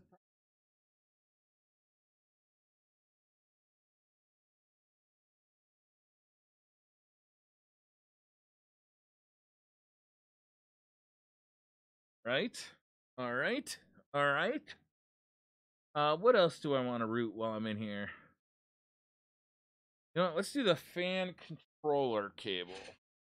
So the back of this case, there's a fan controller. And we're gonna route that while we're here. That's got to go to a PWM.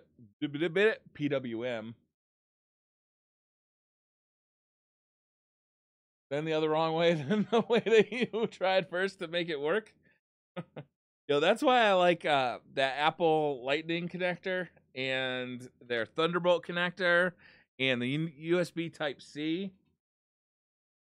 I am a huge fan of connectors that just work any way you plug them in. All right, so this is going to go up to... I think I'm going to plug this into the CPU header. Powered by SATA. So I don't have to worry about it overdrawing the power.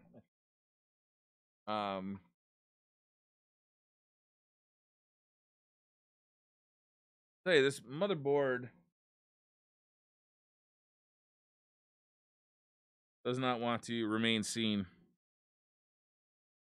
I find that.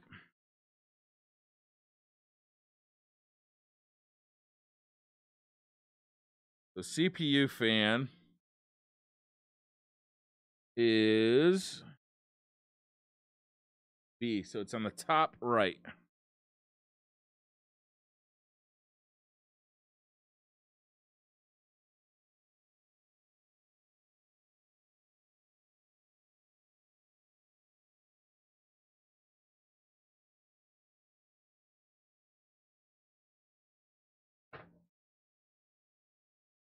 This guy.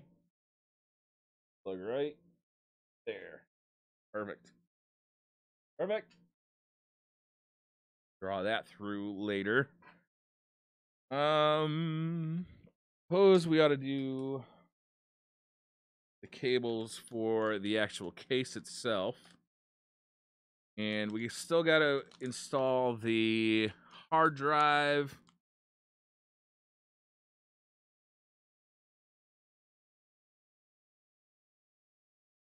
The USB expansion card. I may try it without it first. And the Elgato. This thing. Like a little. Plug this into the motherboard, and then it makes it easier to plug all your stuff into this. I think that's what it does anyway.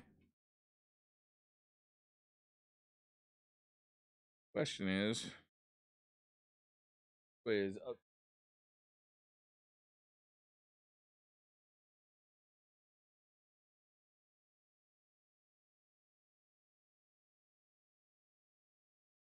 All right, so the next thing we need to find in our motherboard manual is the connections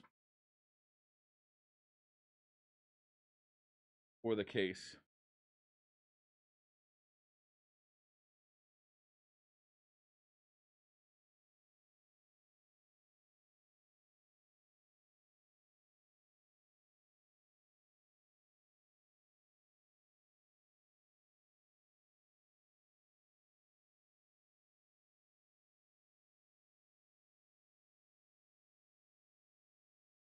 B, B, USB.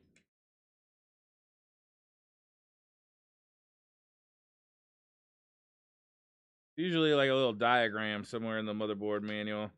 Tells you exactly where to plug in each thing.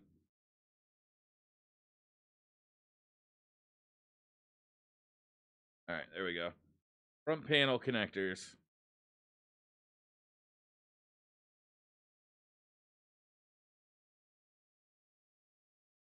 Yes, first of all, we got to root it through.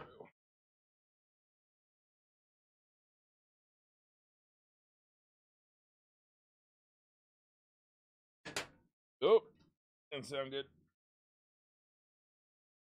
Don't break anything. All right, so we got USB.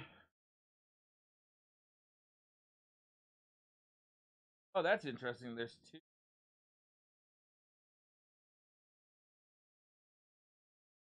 Yeah. All right, so we got all the.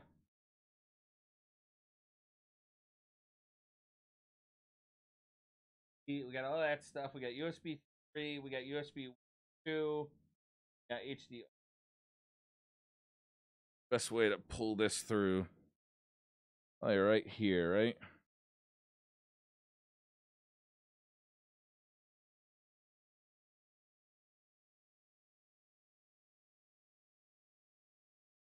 I hate these.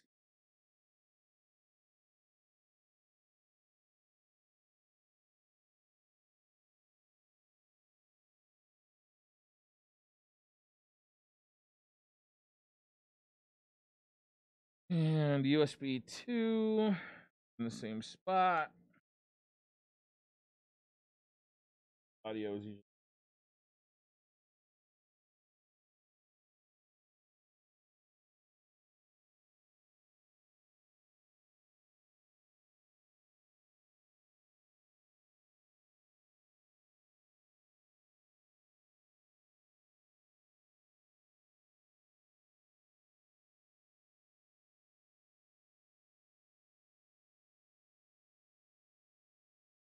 This is where this little adapter comes in handy because I can just plug these all in to this thing.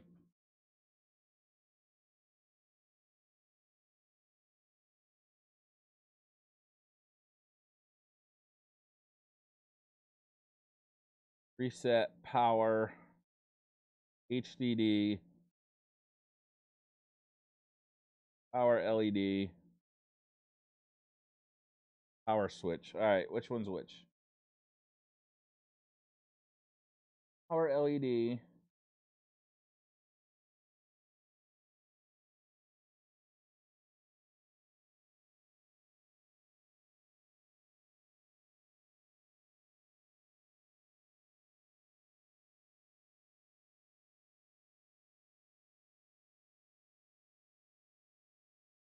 There.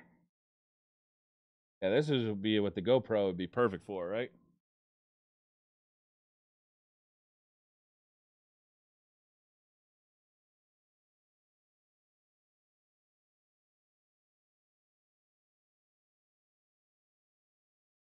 Let's do power switch next.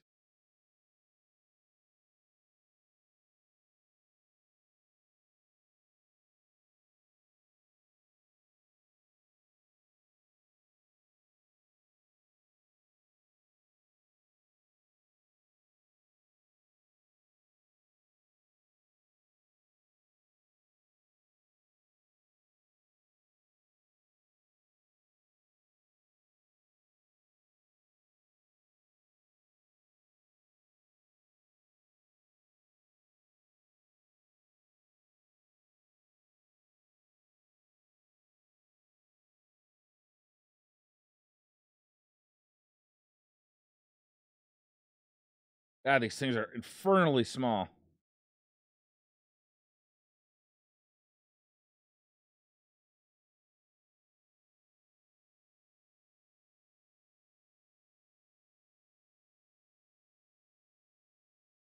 But the nice thing about this little adapter is that if I have to take the motherboard out, I don't have to like redo this. I just take the adapter off.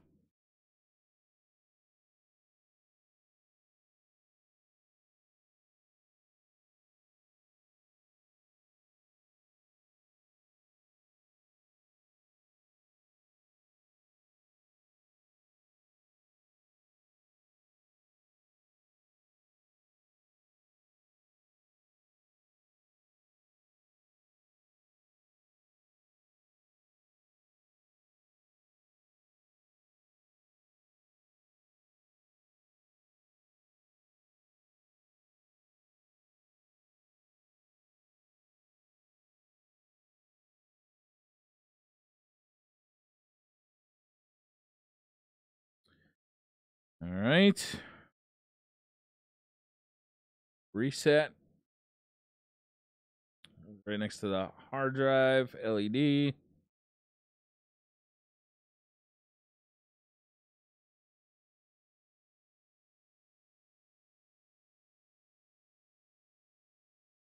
And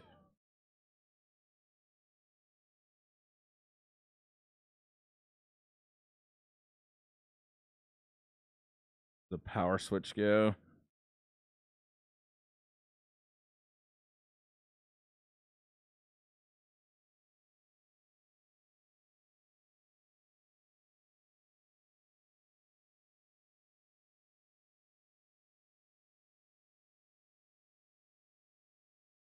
All right, and then this whole junker right on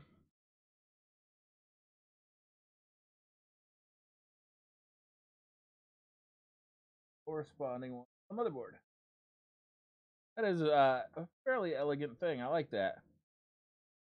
A lot nicer than having to do it straight onto the motherboard. All right.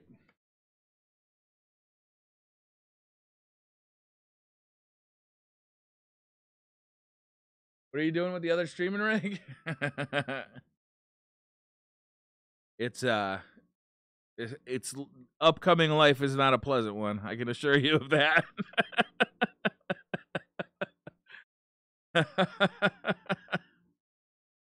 All right, where the hell is this USB to? All right, so we got two USB connectors right there. One of those fuckers through USB.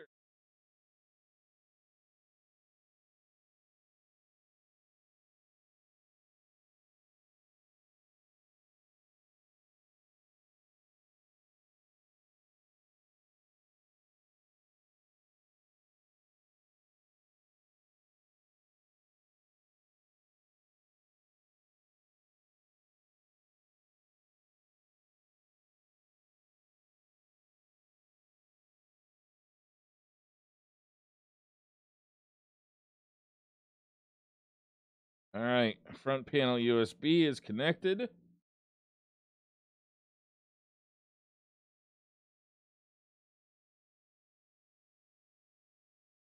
Audio next.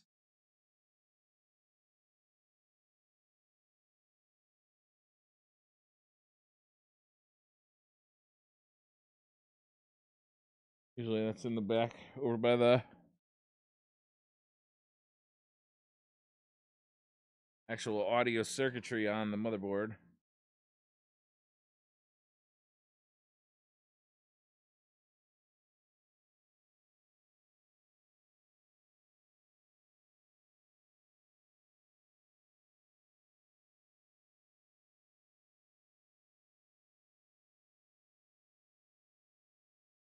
Yeah, it's right in the back.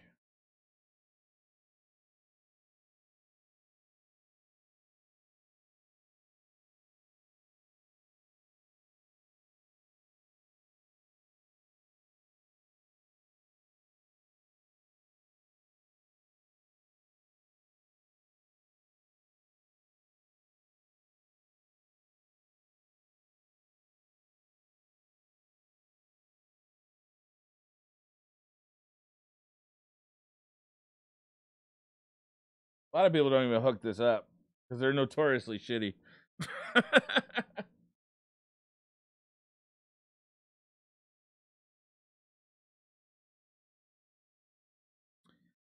All right, so we got HD audio. We need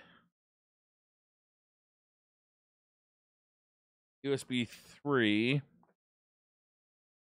I believe is right next to the USB 2, but I'll double check.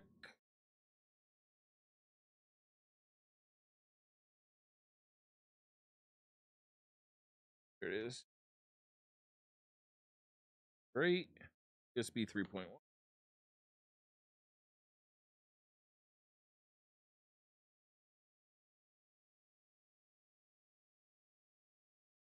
This big mamma jamma of a connector, man.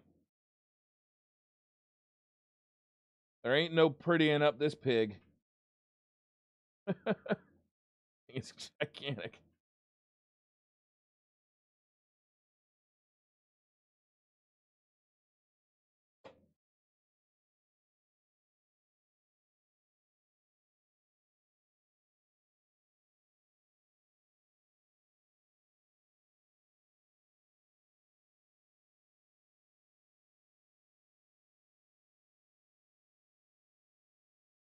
Jesus Christ. That is a pig of a cable, man. It is just monstrous.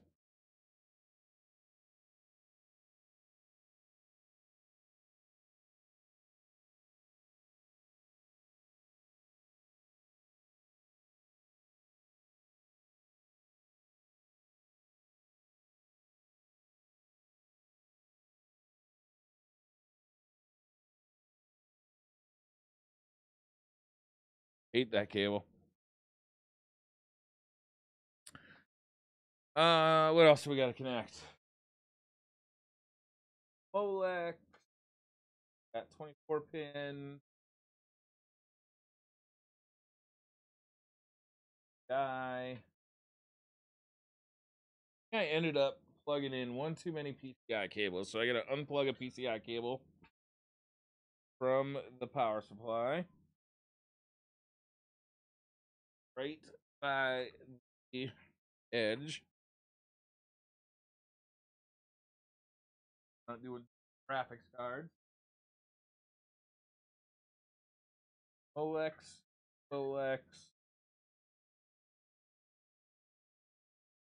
And fan. Time to start thinking about cable management too.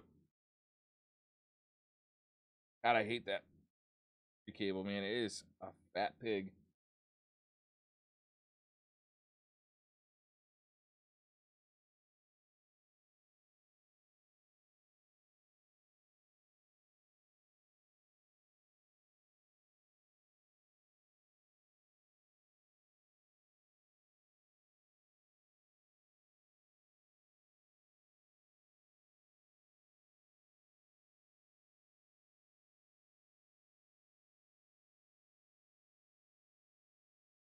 Hey, graphics card have 8, 6, 8.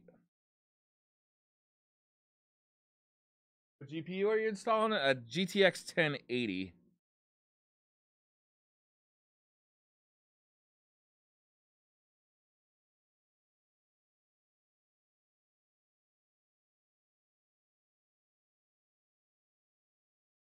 Do actually rarely. This 24 pin here. Cable tie. Stops flopping around on me.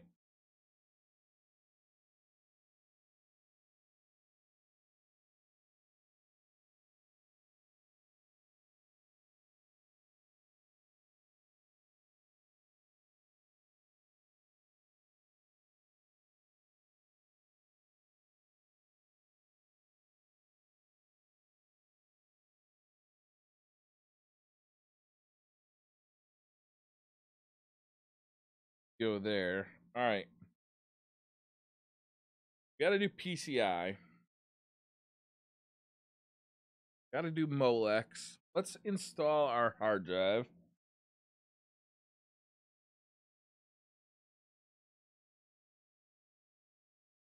hard drive.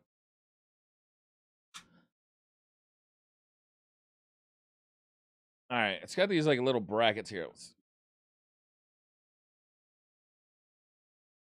Assume we want this thing facing downward like that. So we'll have to find some screws that fit like that. Guessing are these flatty ones. Like there's a billion of them. There's a billion hard drive things.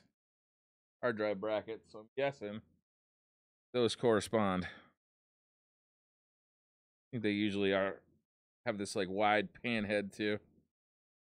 Here we go. It's like a charm.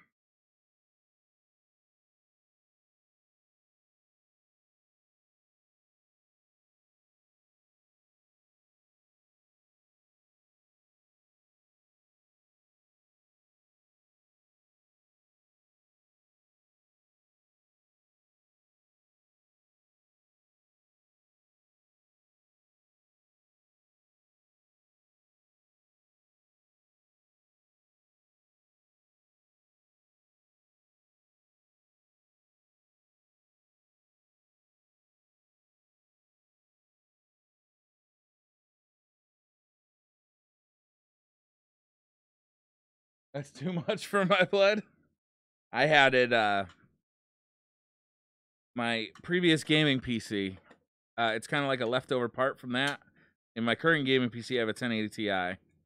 And since I'm going to use this for video rendering, I figured putting it in the video rendering PC, probably not a bad idea, because it can be used for Adobe.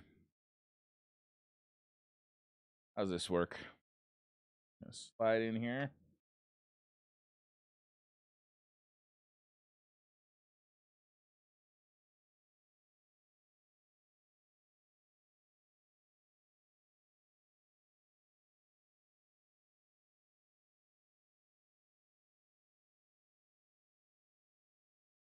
A little fidgety.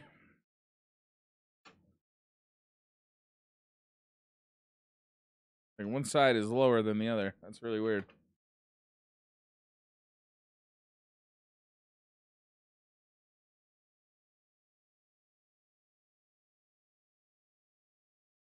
I feel like I'm doing this right.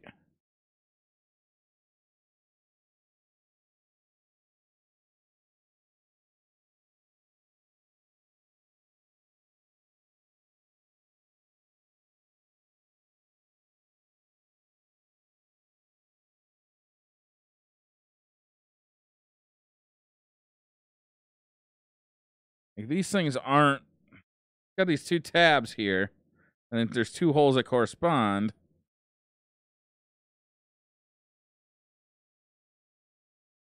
It looks like it's lined up, but the screw won't go in.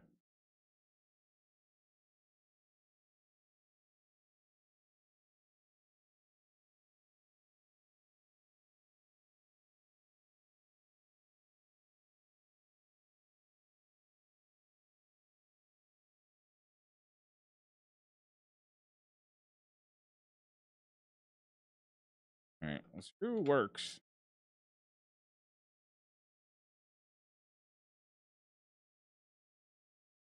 I don't like this drive mounting system for these SSDs at all.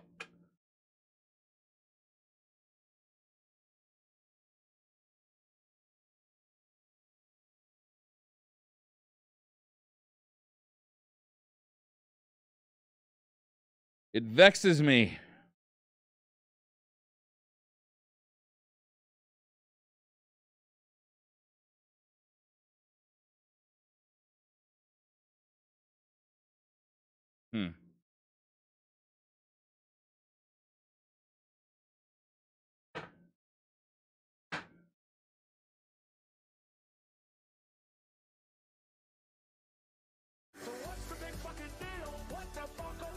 Who's that? The Mohican. Thank you for 16 months, man. Welcome back to the rabbit hole.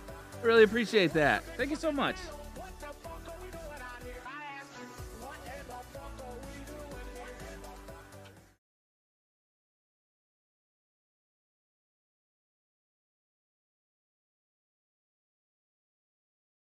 Oh, all right. I think I almost had it there. This thing is the pits, man. I don't like this mounting bracket at all.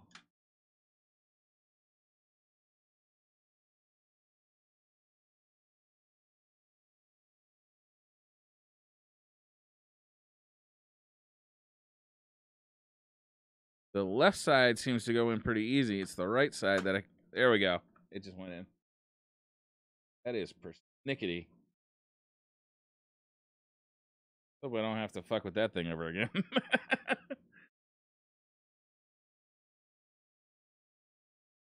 All right. Then I'm going to need SATA, power, and data.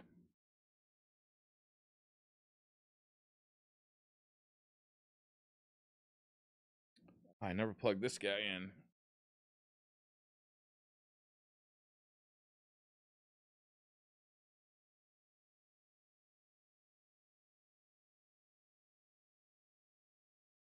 Okay, I got real lucky.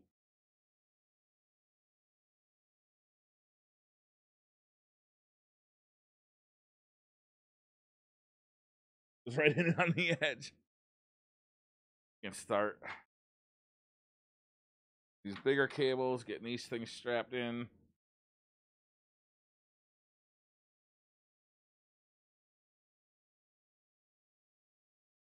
This.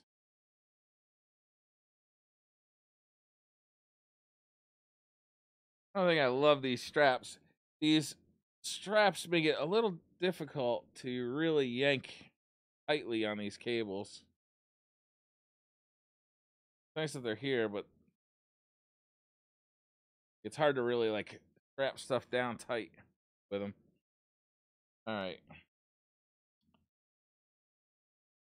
I think it's time for the graphics card. I'll wait to do the fans till the very end. I'm going to wait to do SATA till the very end. Let's do the graphics card. Kind of like an expensive, fragile Lego, right?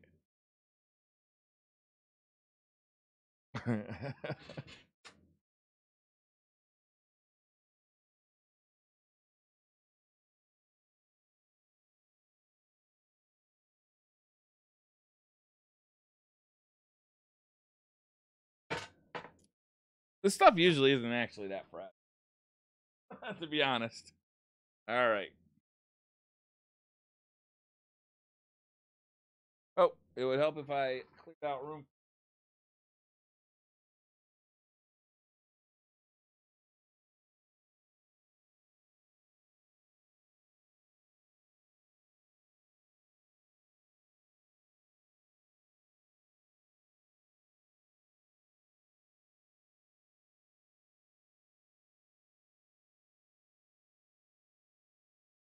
You and Tefty both play guitar? Tefty, I think, plays guitar, and I occasionally plug my guitar in and make noises with it.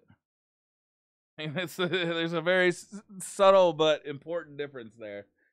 I am very poor guitar player.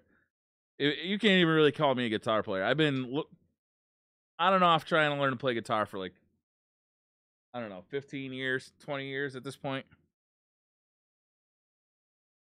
Unfortunately, I think I'm partially tone deaf. I think that plays factor into how bad I am.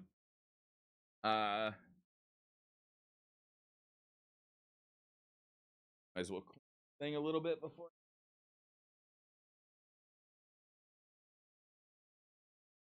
The fuck is a Threadripper? When did we start naming PCs like horror films? Threadripper is the name of the processor. I think I'm gonna name the PC itself the Frame Ripper. Fun. Funsies. As I immediately put my thumb on this clear plastic that I wanted to keep.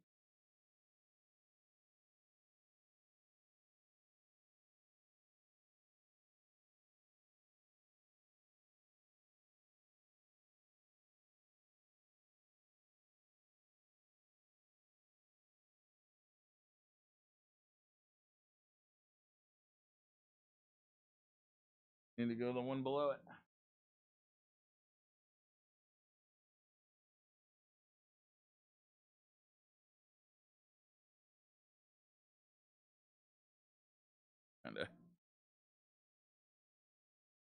A little light there, guys.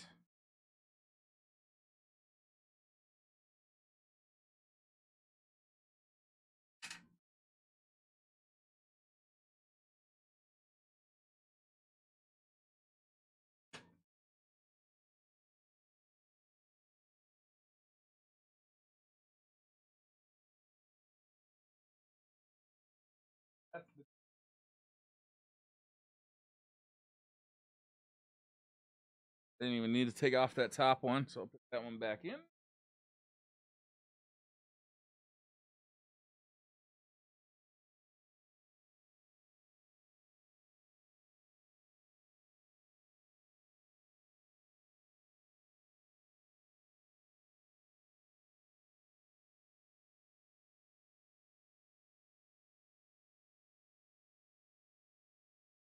think it's gonna look pretty nice when it's all done, though.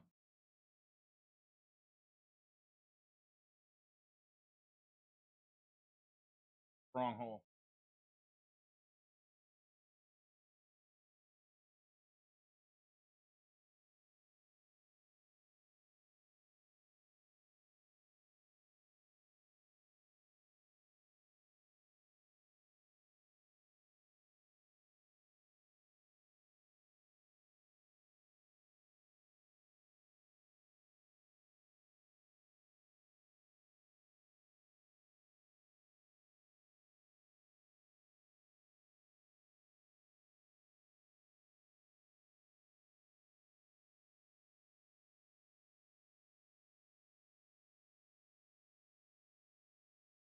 Go.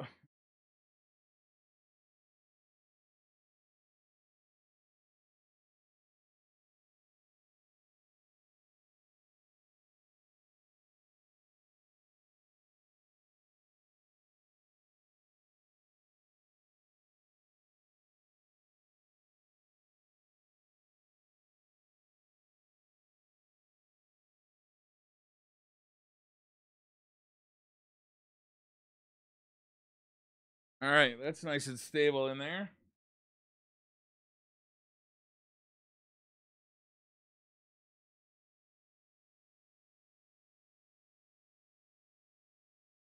And now I got to decide how I want to route my cable. I can do it from around side here, come up from the bottom up into a long reach. My PCI cable has like an extra little length to it. Quite reach. So I think I'm going to go from around the side. I think that'll look real sharp. Do it that way.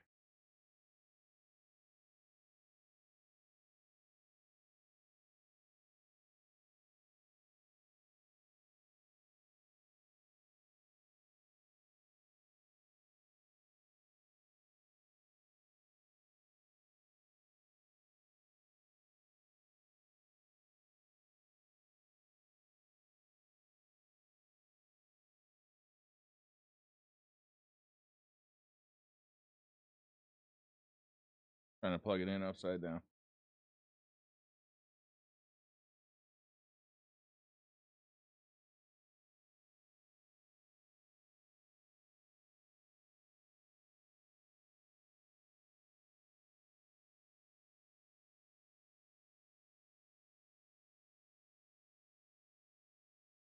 I think that'll look real sharp coming in from the side there like that.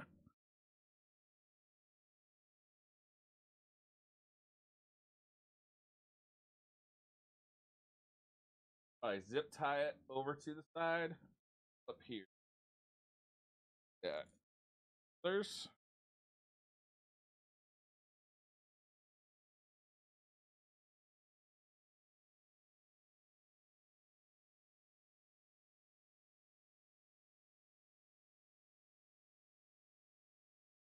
probably like tie it stays where it needs to be. All right, we got the AIO done. Let's cabling here for the fans. I could kind of do this sideways. Usually I do this with the computer standing up, but kind of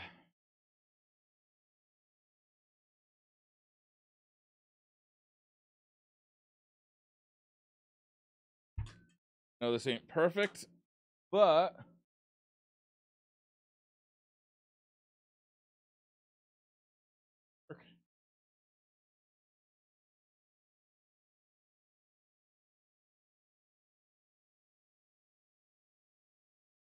no, that ain't perfect, but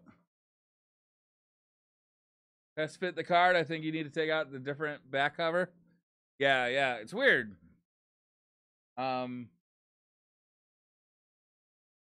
This has to go. We're gonna go just follow these. Where's my AIO? This actually way up here, and this has to actually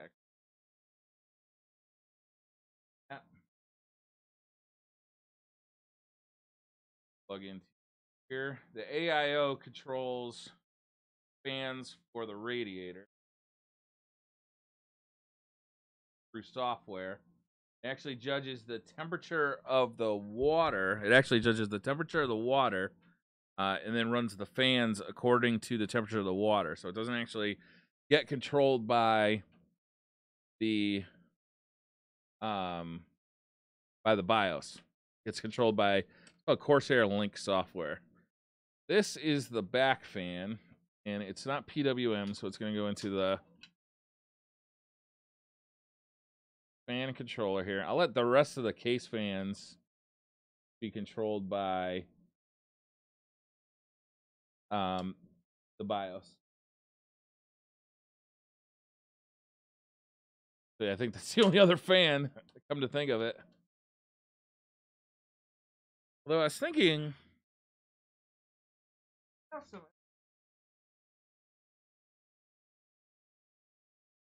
be kind of neat to mount these like underneath and have them kind of sucking air up, because my computer is up off the floor. It's about, I don't know, 6 inches up off the floor, so it's not gonna be like sucking directly off the ground. And I could kind of have these doing like that and just helping to add some more air to the PC. I go ahead and do that, actually. You can always unplug them if I find them too noisy. Let's see if they reach. Hey, Ash, how's it going? Going well, man.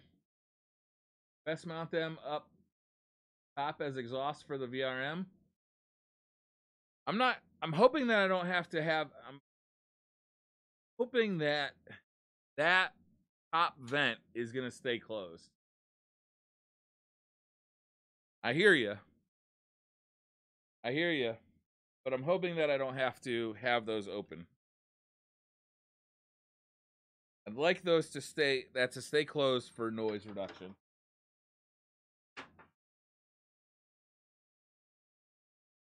That would run right up to there.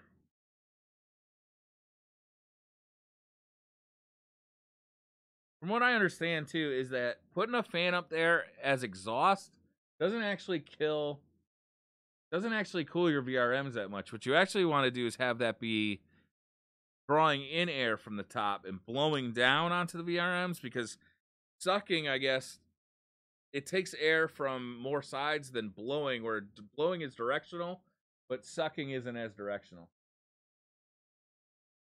What I understand.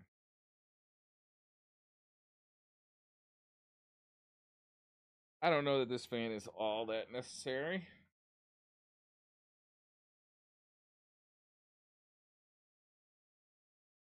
But it can't hurt.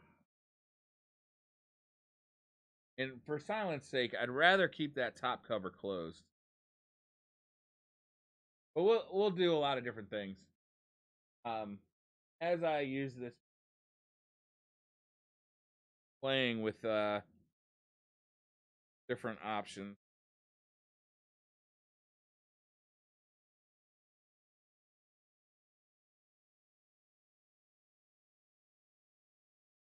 For cooling and for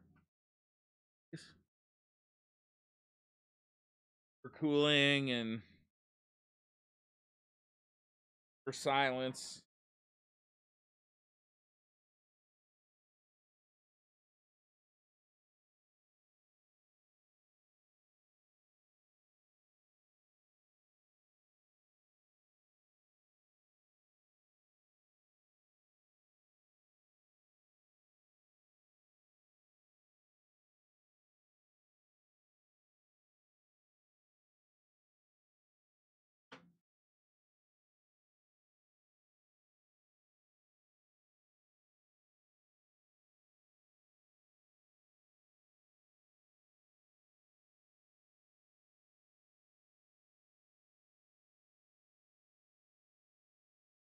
I'm installing this fan, but I'm not sure I actually want to install this fan. I might want to try it just as it is. And then if I need extra cooling, maybe I add fans. You know what? It's on its side. Plug it in. Just do it. Just do it. Ever tried a headlight?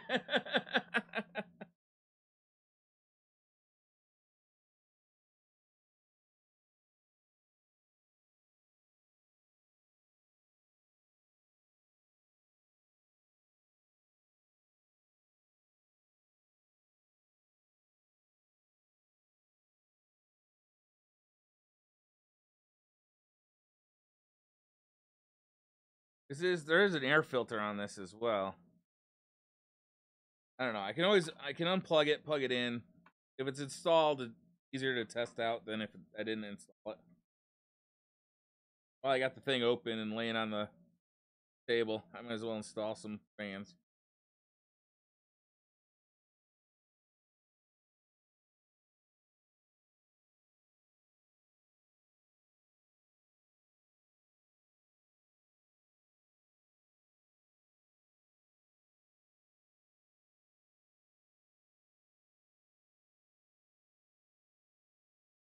There's a ton of options with this case too. It's really a nice case.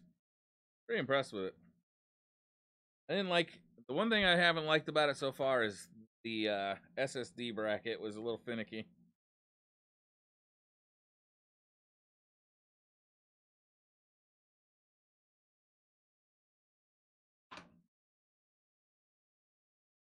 See if I can screw with my left hand.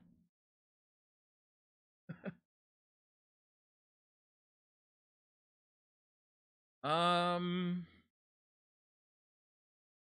put the cable for it. There it is. Run this cable right up to here.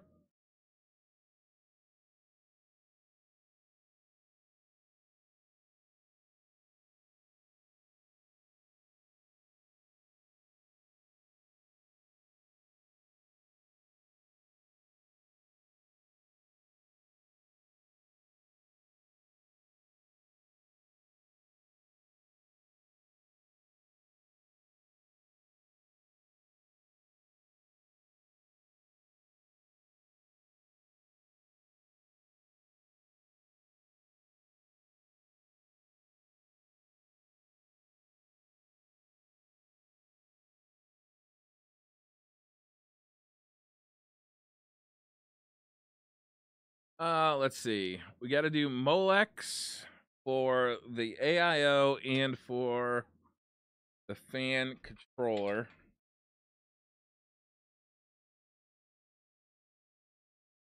What I'll probably do is try and run the Molex up it.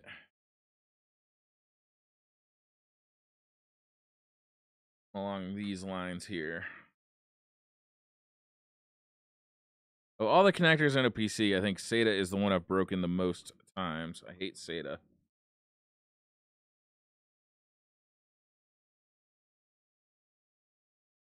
Such a flimsy connector.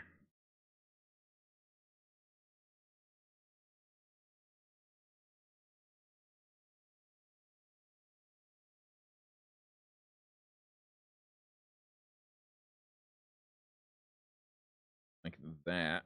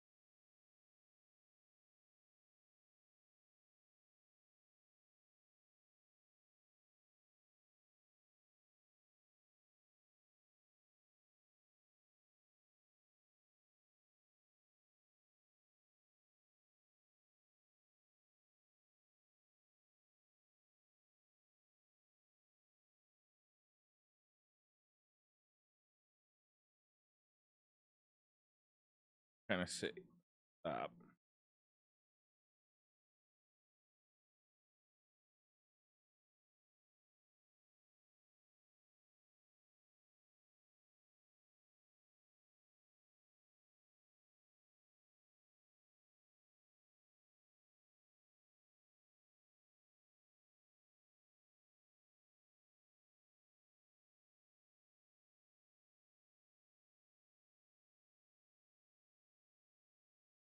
All right.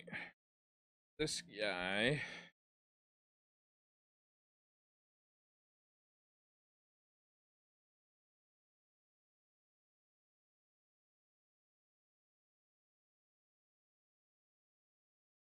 What I'd like actually is for this one to feed the actual spinning disk drives. If I can sneak this one. More connector on the bottom of here? No, it's a 3-man, huh? 3-banger? That's a 3-banger. Do I have another state?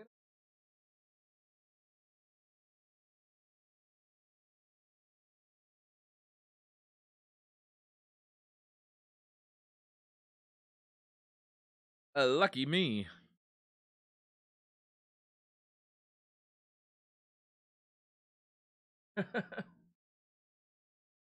I've bent or snapped so many Molex prongs. Yeah, Molex was not great.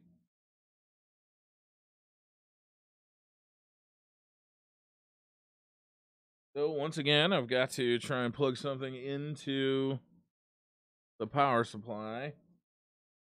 Short-sighted. I unplug this one so I can see the next one.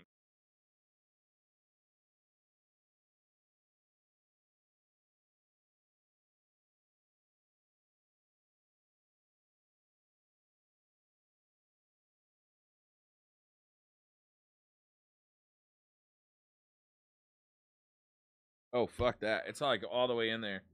Taking the power supply out to plug this in. No, thank you, sir. Take this right out.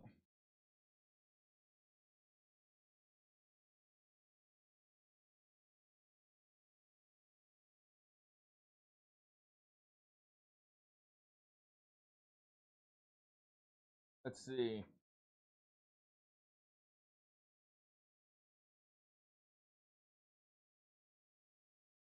Ah, there it is. Perfect. See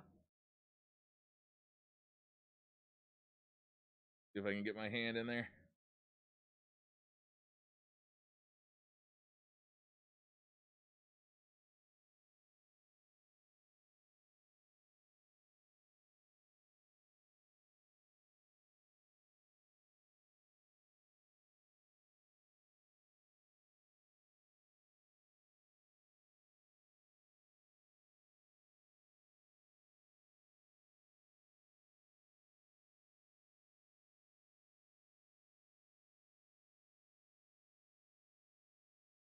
Yeah, that's not happening. That's not happening. It was a good thought. Give me enough slack to pull it out. One more. Enough slack.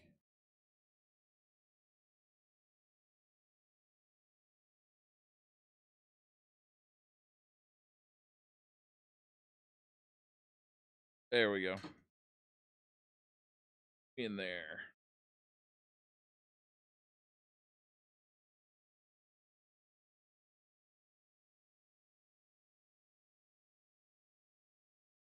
This. Ooh.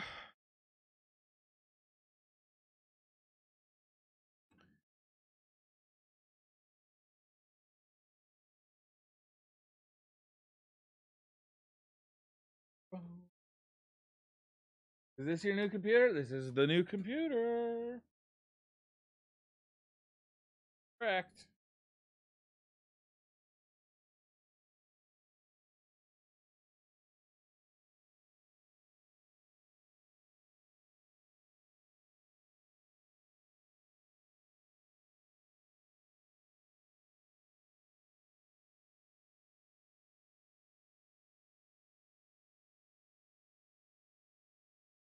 Catch.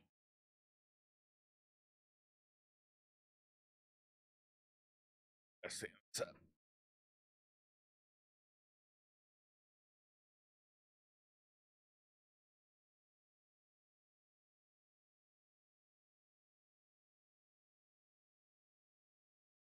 Come on, buddy.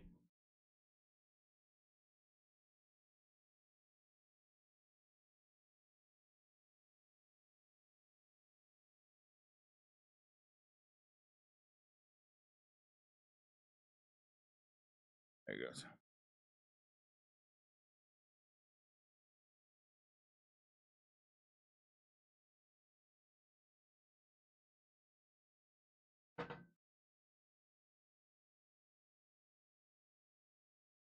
All right.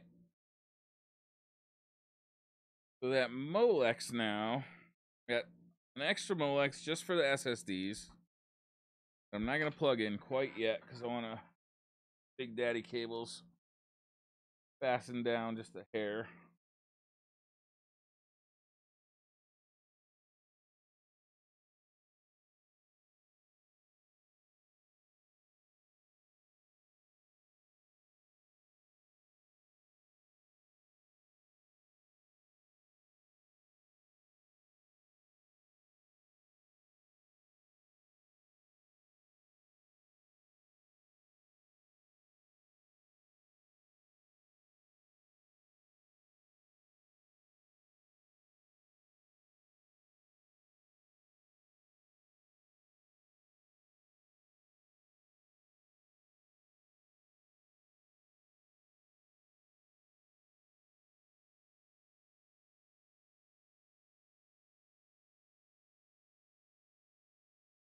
Dummy.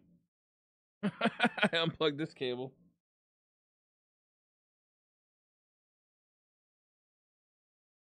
Had the power supply out and didn't plug it back in.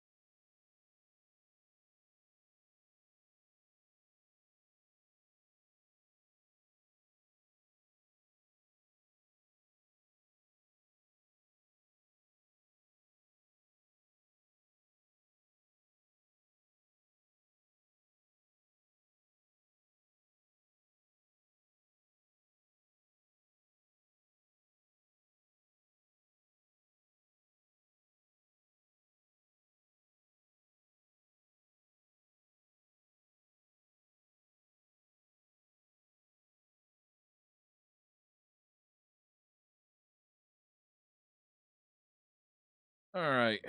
I run this under instead of over.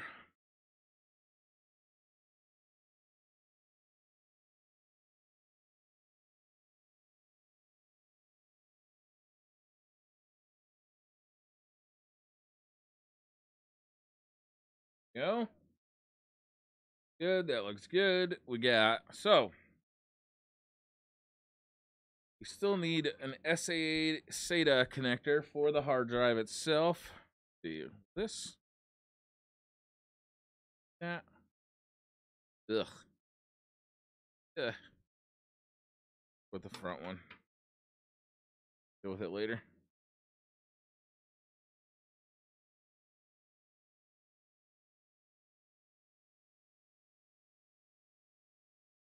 All right. Now we got to worry about one.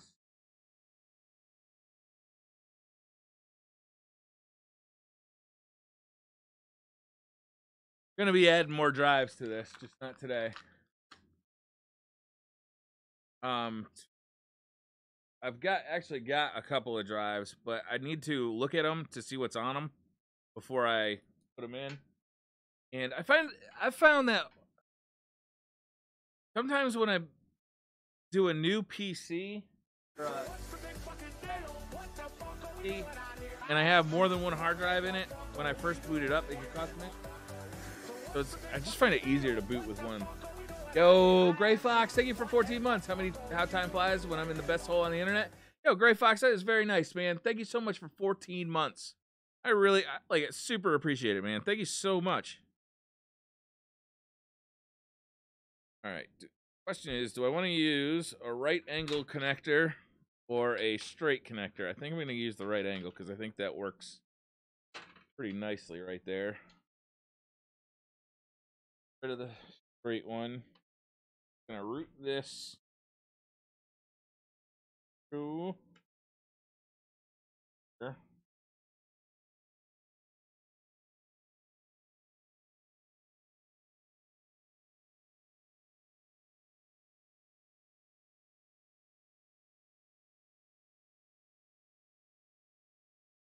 Cable.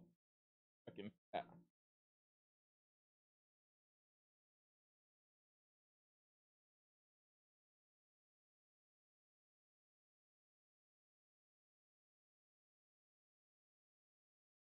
And air. Up.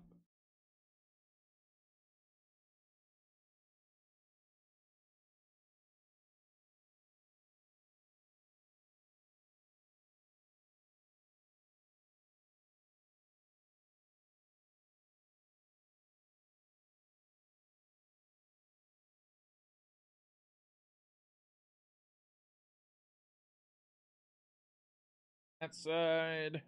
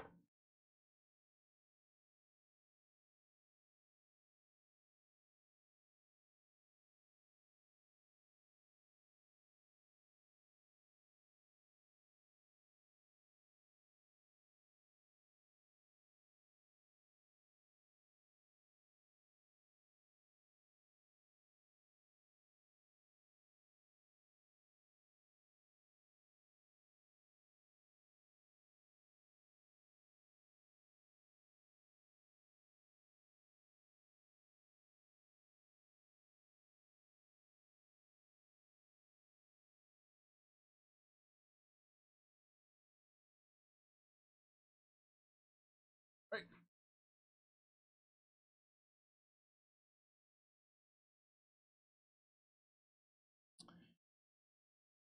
We need to zip tie these fan cables. These fan cables went crazy as soon as I flipped the computer around.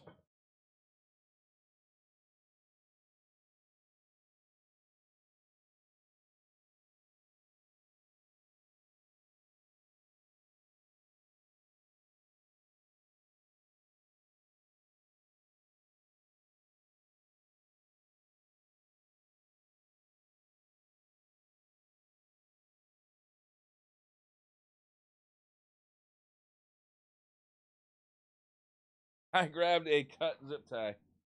Dummy. Put the same ones.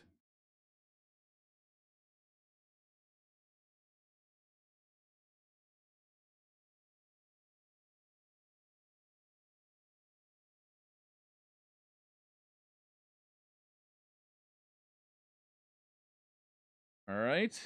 And then let's see. We'll zip this whole thing together. Cable tie right there.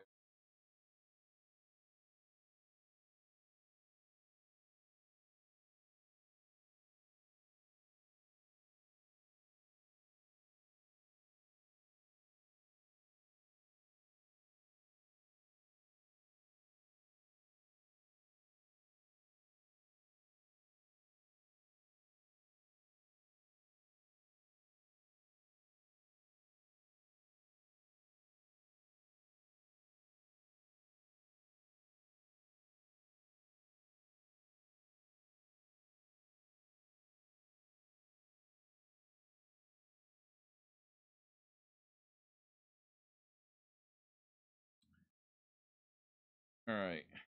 And I'd like to get this thing here. I wonder if I can this from it for the SATA.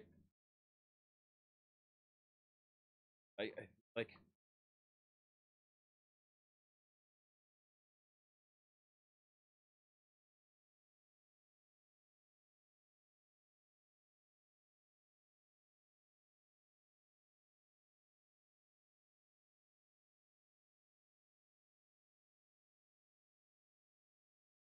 Routing it.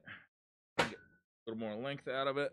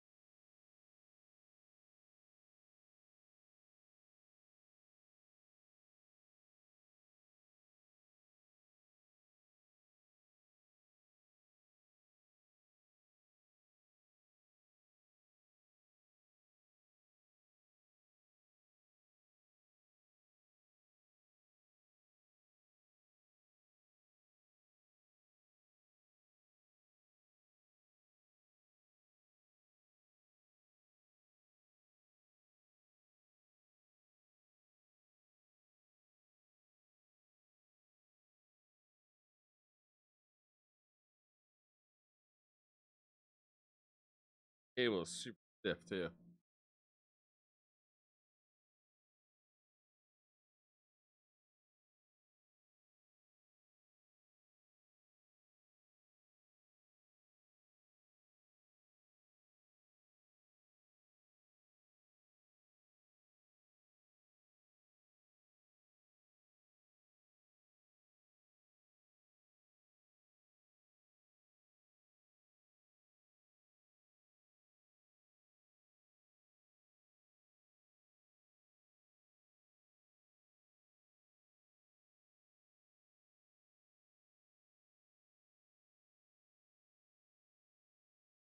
Next time I do this, I'm definitely getting a flashlight. I'm gonna get one of those headlights, like you guys said.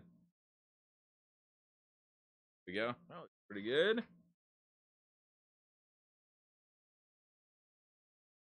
That in here.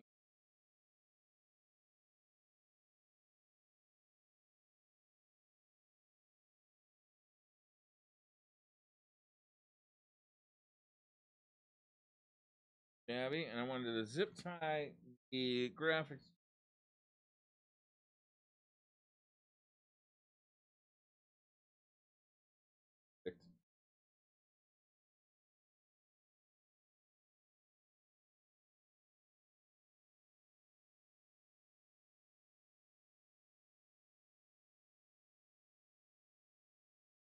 Spend an inordinate amount of time on the cable management. I kind of do it over time.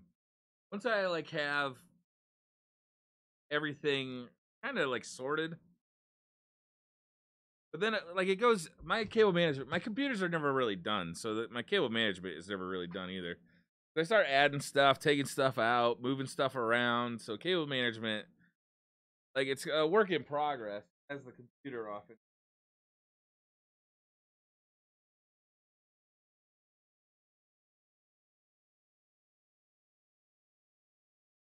I stand it up to do this.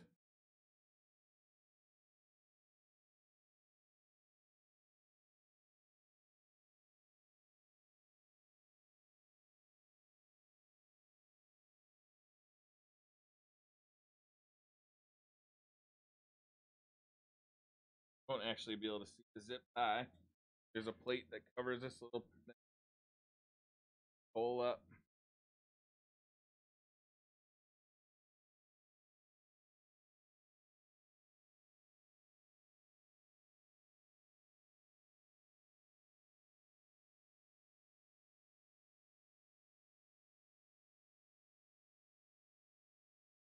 You know? Kind of like the way the cable comes in from the side. Usually those come in bottom or the top.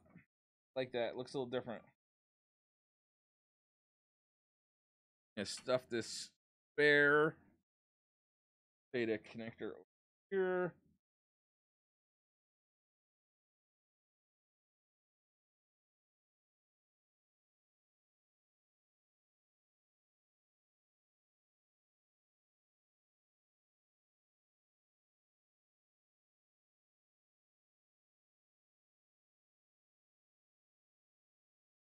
A little more length out of this PCI cable. Right again. Here, no.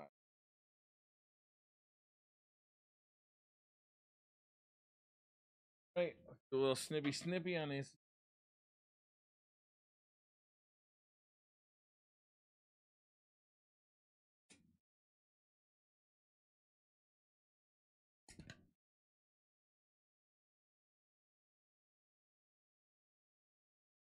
Another cable tie somewhere up here.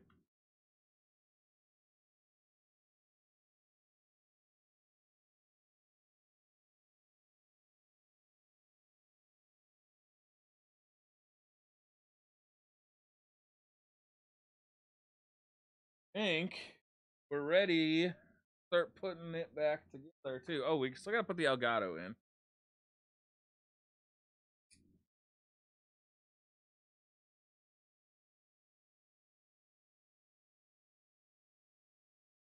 What we camera see?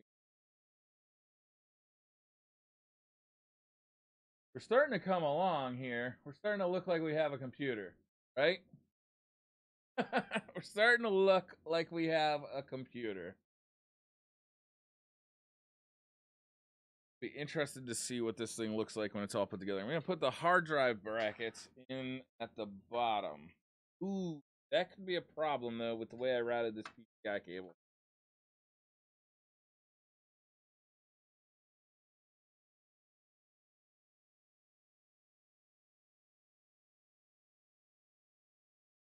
Be an issue. Or conversely, it could totally cable manage that thing for me.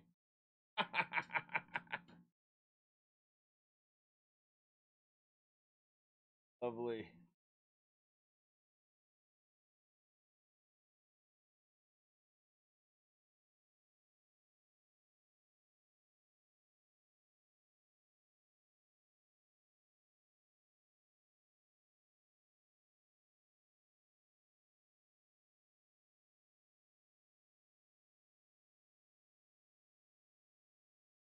So you got all the options in the world for where to put the hard drive brackets. It's really nice.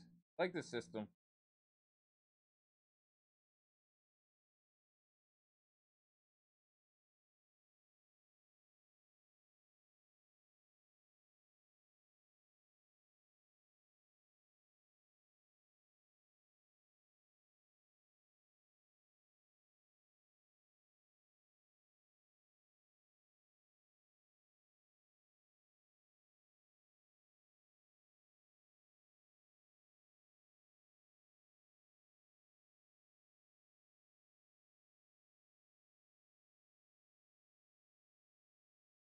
All right, let's put the panel on the front. Or the front side here. Oh, they keep forgetting to put this thing in.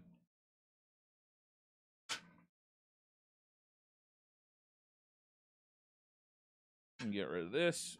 Get rid of this. This can go over there. This there.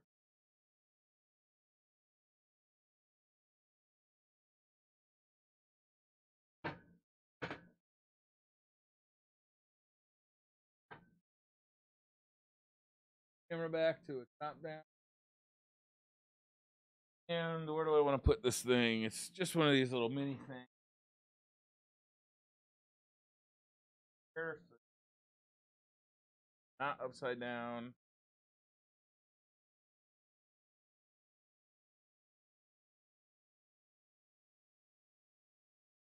It'd be nice if they put a backplate on this.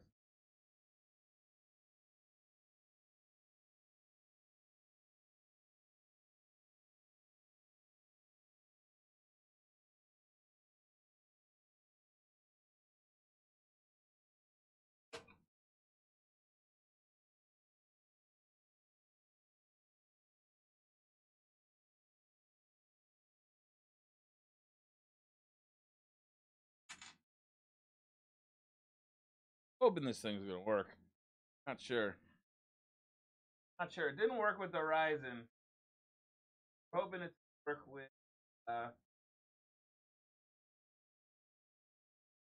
Threadripper.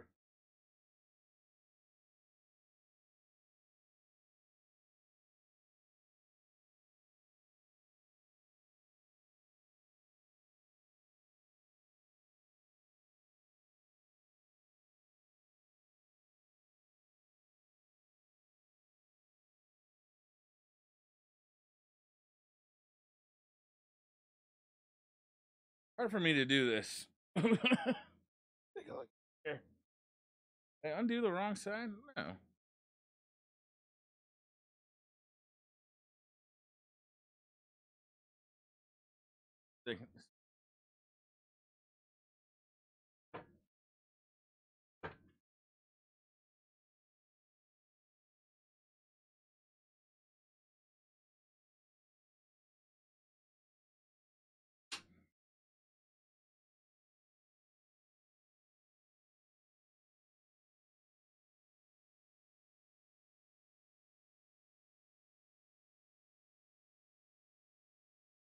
All right. Am I forgetting anything? Front panel is connected.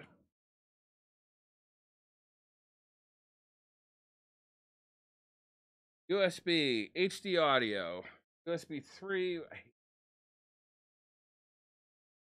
That is a monster cable. Data, we got power and data. We got a cooler for our processor. We got fucking tons of power going to our processor. I have to work on the cabling for this AIO too. Not making me happy.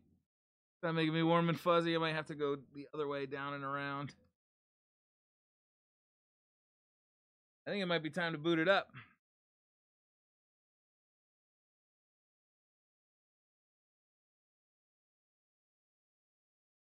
I love that you get to the dust filter.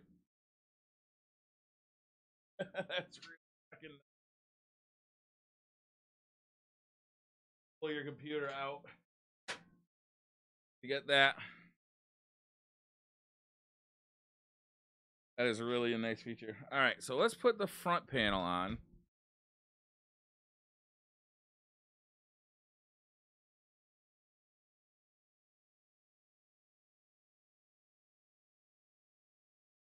I wish the front panel was as elegant as the side panels are. The side panels come off on really nice.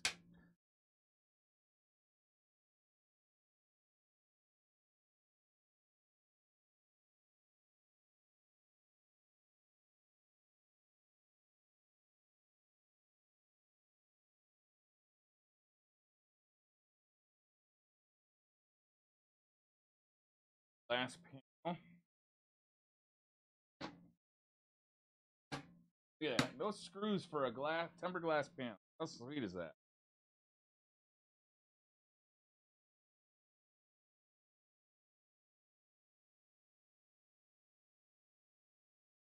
Here, you can see that.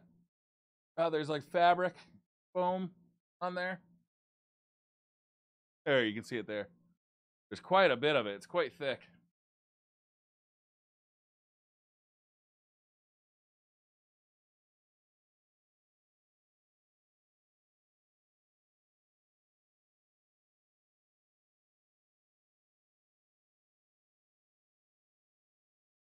Right?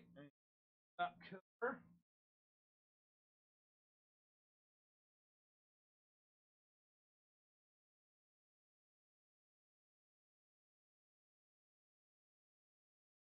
Kind of neat. It just like pops on and off like that. Ooh.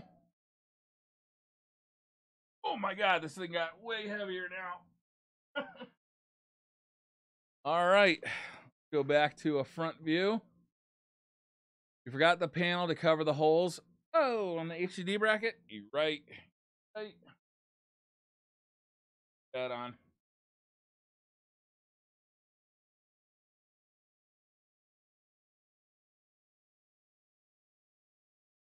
I definitely want that on.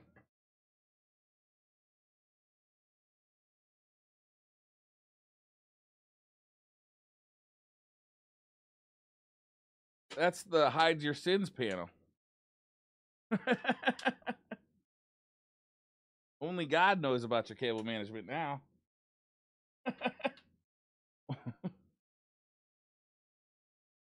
That's just for you and Jesus now. Look bad. Oh, I also forgot the most important thing of a new computer: RGB lighting. How could I forget that? Where the hell did I put that?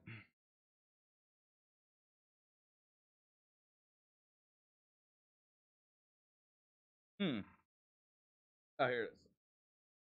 Almost forgot the most important thing. I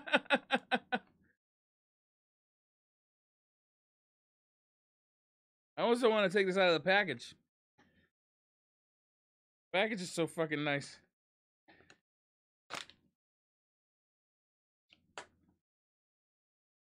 All right.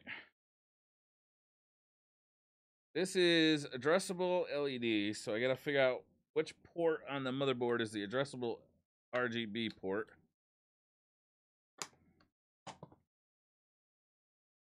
And I think it's magnetic. Comes with an extension.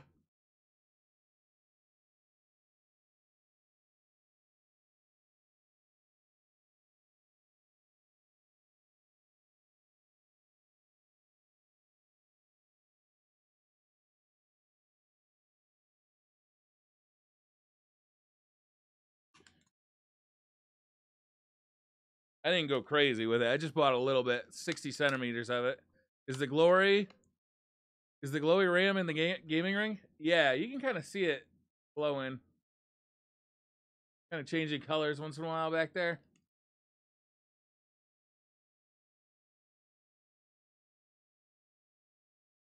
Follow the wires and make sure they're pulling in air. How much money are you saving on average by putting a PC together yourself, assuming you don't fuck it up? I don't know if it's that much, to be honest with you. Maybe $100. I really don't know. I don't think it's that much. I bet. It sure as hell doesn't feel. I guess it is. Yeah. All right. Motherboard manual. Motherboard.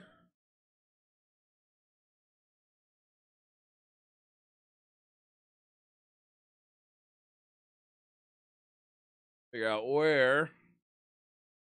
Stick.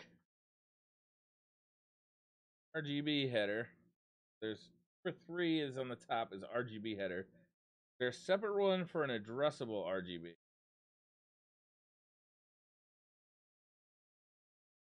That's the RGB header. Wait a minute. Does this say RGB header 2?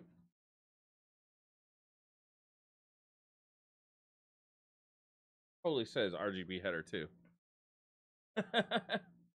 Header 1-2.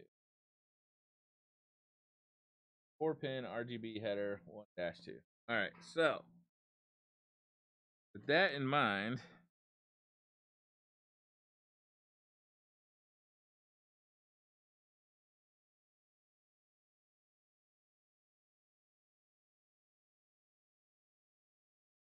take a look at it.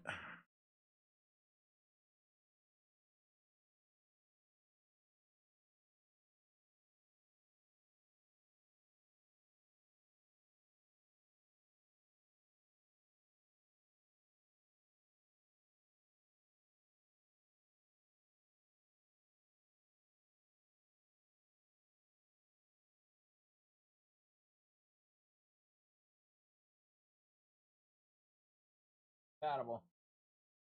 12-volt green RMB. This one's got 4 pins, but one of them's locked off.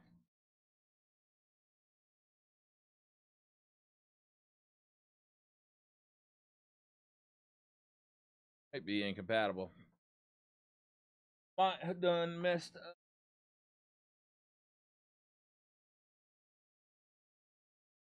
Probably should have checked that out. I just bought. I figured, you know what? It's Asus motherboard. It's an Asus motherboard and it's an Asus RGB strip. So I figured it'd just work. Let's see. That's actually blocked off. I'm not sure.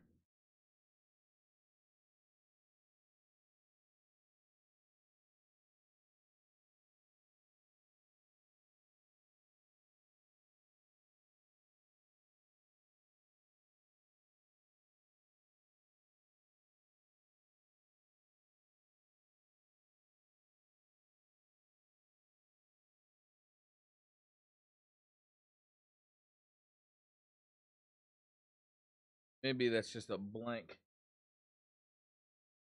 I think so. A funny feeling. This ain't gonna work. Documentation.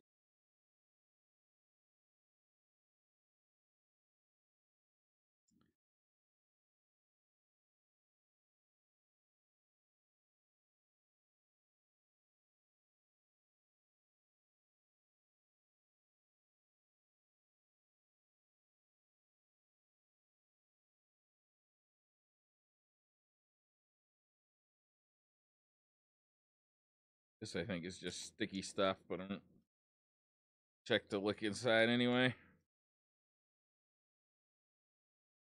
Bunch of sticky pads, 3M sticky tape.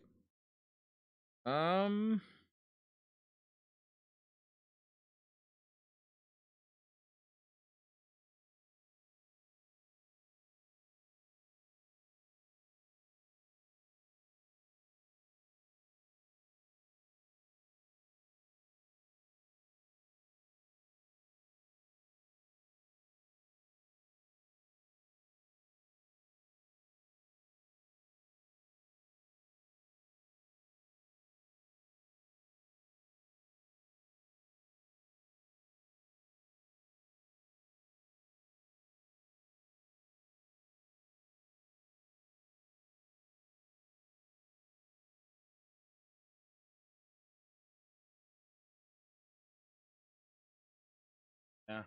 This is the wrong type of RGB. This is addressable, and I think that is not. And I think it's wrong. So I think actually I can use this strip in my other PC. I might just swap the two strips around because stuff I'm using in my gaming PC is not addressable, but I know that motherboard has an addressable RGB to it. So I might just swap them. But I'm not going to do that now. Now, I think it is time to boot this computer up.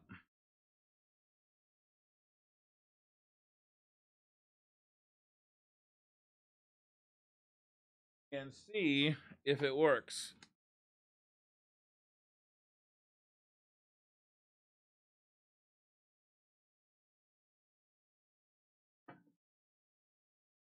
Correctly, hopefully. God, I love how this works. That is so nice compared to every other tempered glass. I have two other tempered glass computers here. And both of them have like 4 thumb screws, top, bottom. And it just makes it a pain in the ass to get in and out. All right, so we're going to point this in this direction. Oh my God, that thing. And we got a power plug right here.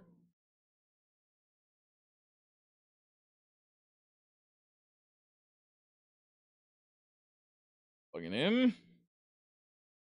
Flip the switch. I see lights. I see lights. And we got power.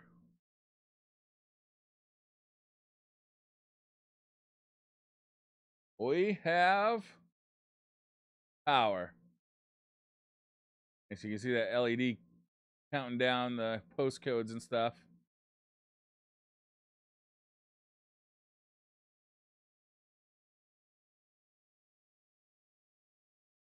All right. I think that's it, guys. We have survived a PC build.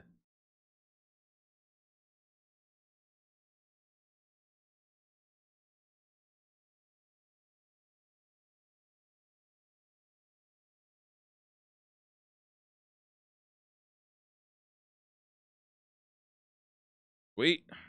All right, we're gonna turn it off.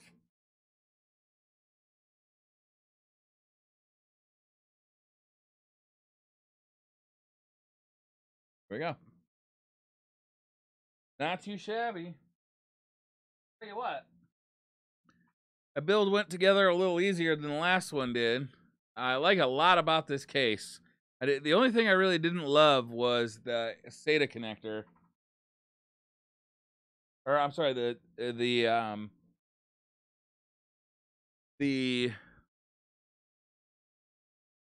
SSD mount. I really didn't love that. This was a lot of fun though. This build was good. It turned out real nice looking too. Like, it looks clean. I really like how that front panel kind of covers everything up. Hides a lot of sins back there. Hides a lot of sins. I really enjoy how that looks. We'll get some RGB in there too, just to light it up. Make it look pretty. Something this useful has to look pretty too. That Threadripper too. I can't wait to get a hold of that Threadripper and start using it. But I think that's going to do it for the stream, everybody. Thank you guys all for hanging out with me today. Tomorrow, you can mount the SSD in a 3.5-inch drive cage, too. Yeah, you can do that. I mean, it had the SSD right there, cage right there, so I figured I'd use it, but it was real persnickety. It was really hard to kind of get it to go back in, but you're right. You're absolutely right. That's going to do it for the stream, guys. Thank you for hanging out. Tomorrow, we'll be doing a regular stream, playing some Destiny. I'll be testing this thing out. Tonight, I'll load Windows on it, get OBS running on it, get the other software I need on it, and load all that boring stuff up. But I want to thank everybody for hanging out today. I really do appreciate it. Thank you for the help. Thank you for the suggestions. And thank you for just being around and making the build more interesting to do. We'll have a great day tomorrow, too. And I'll see you guys then. Bye.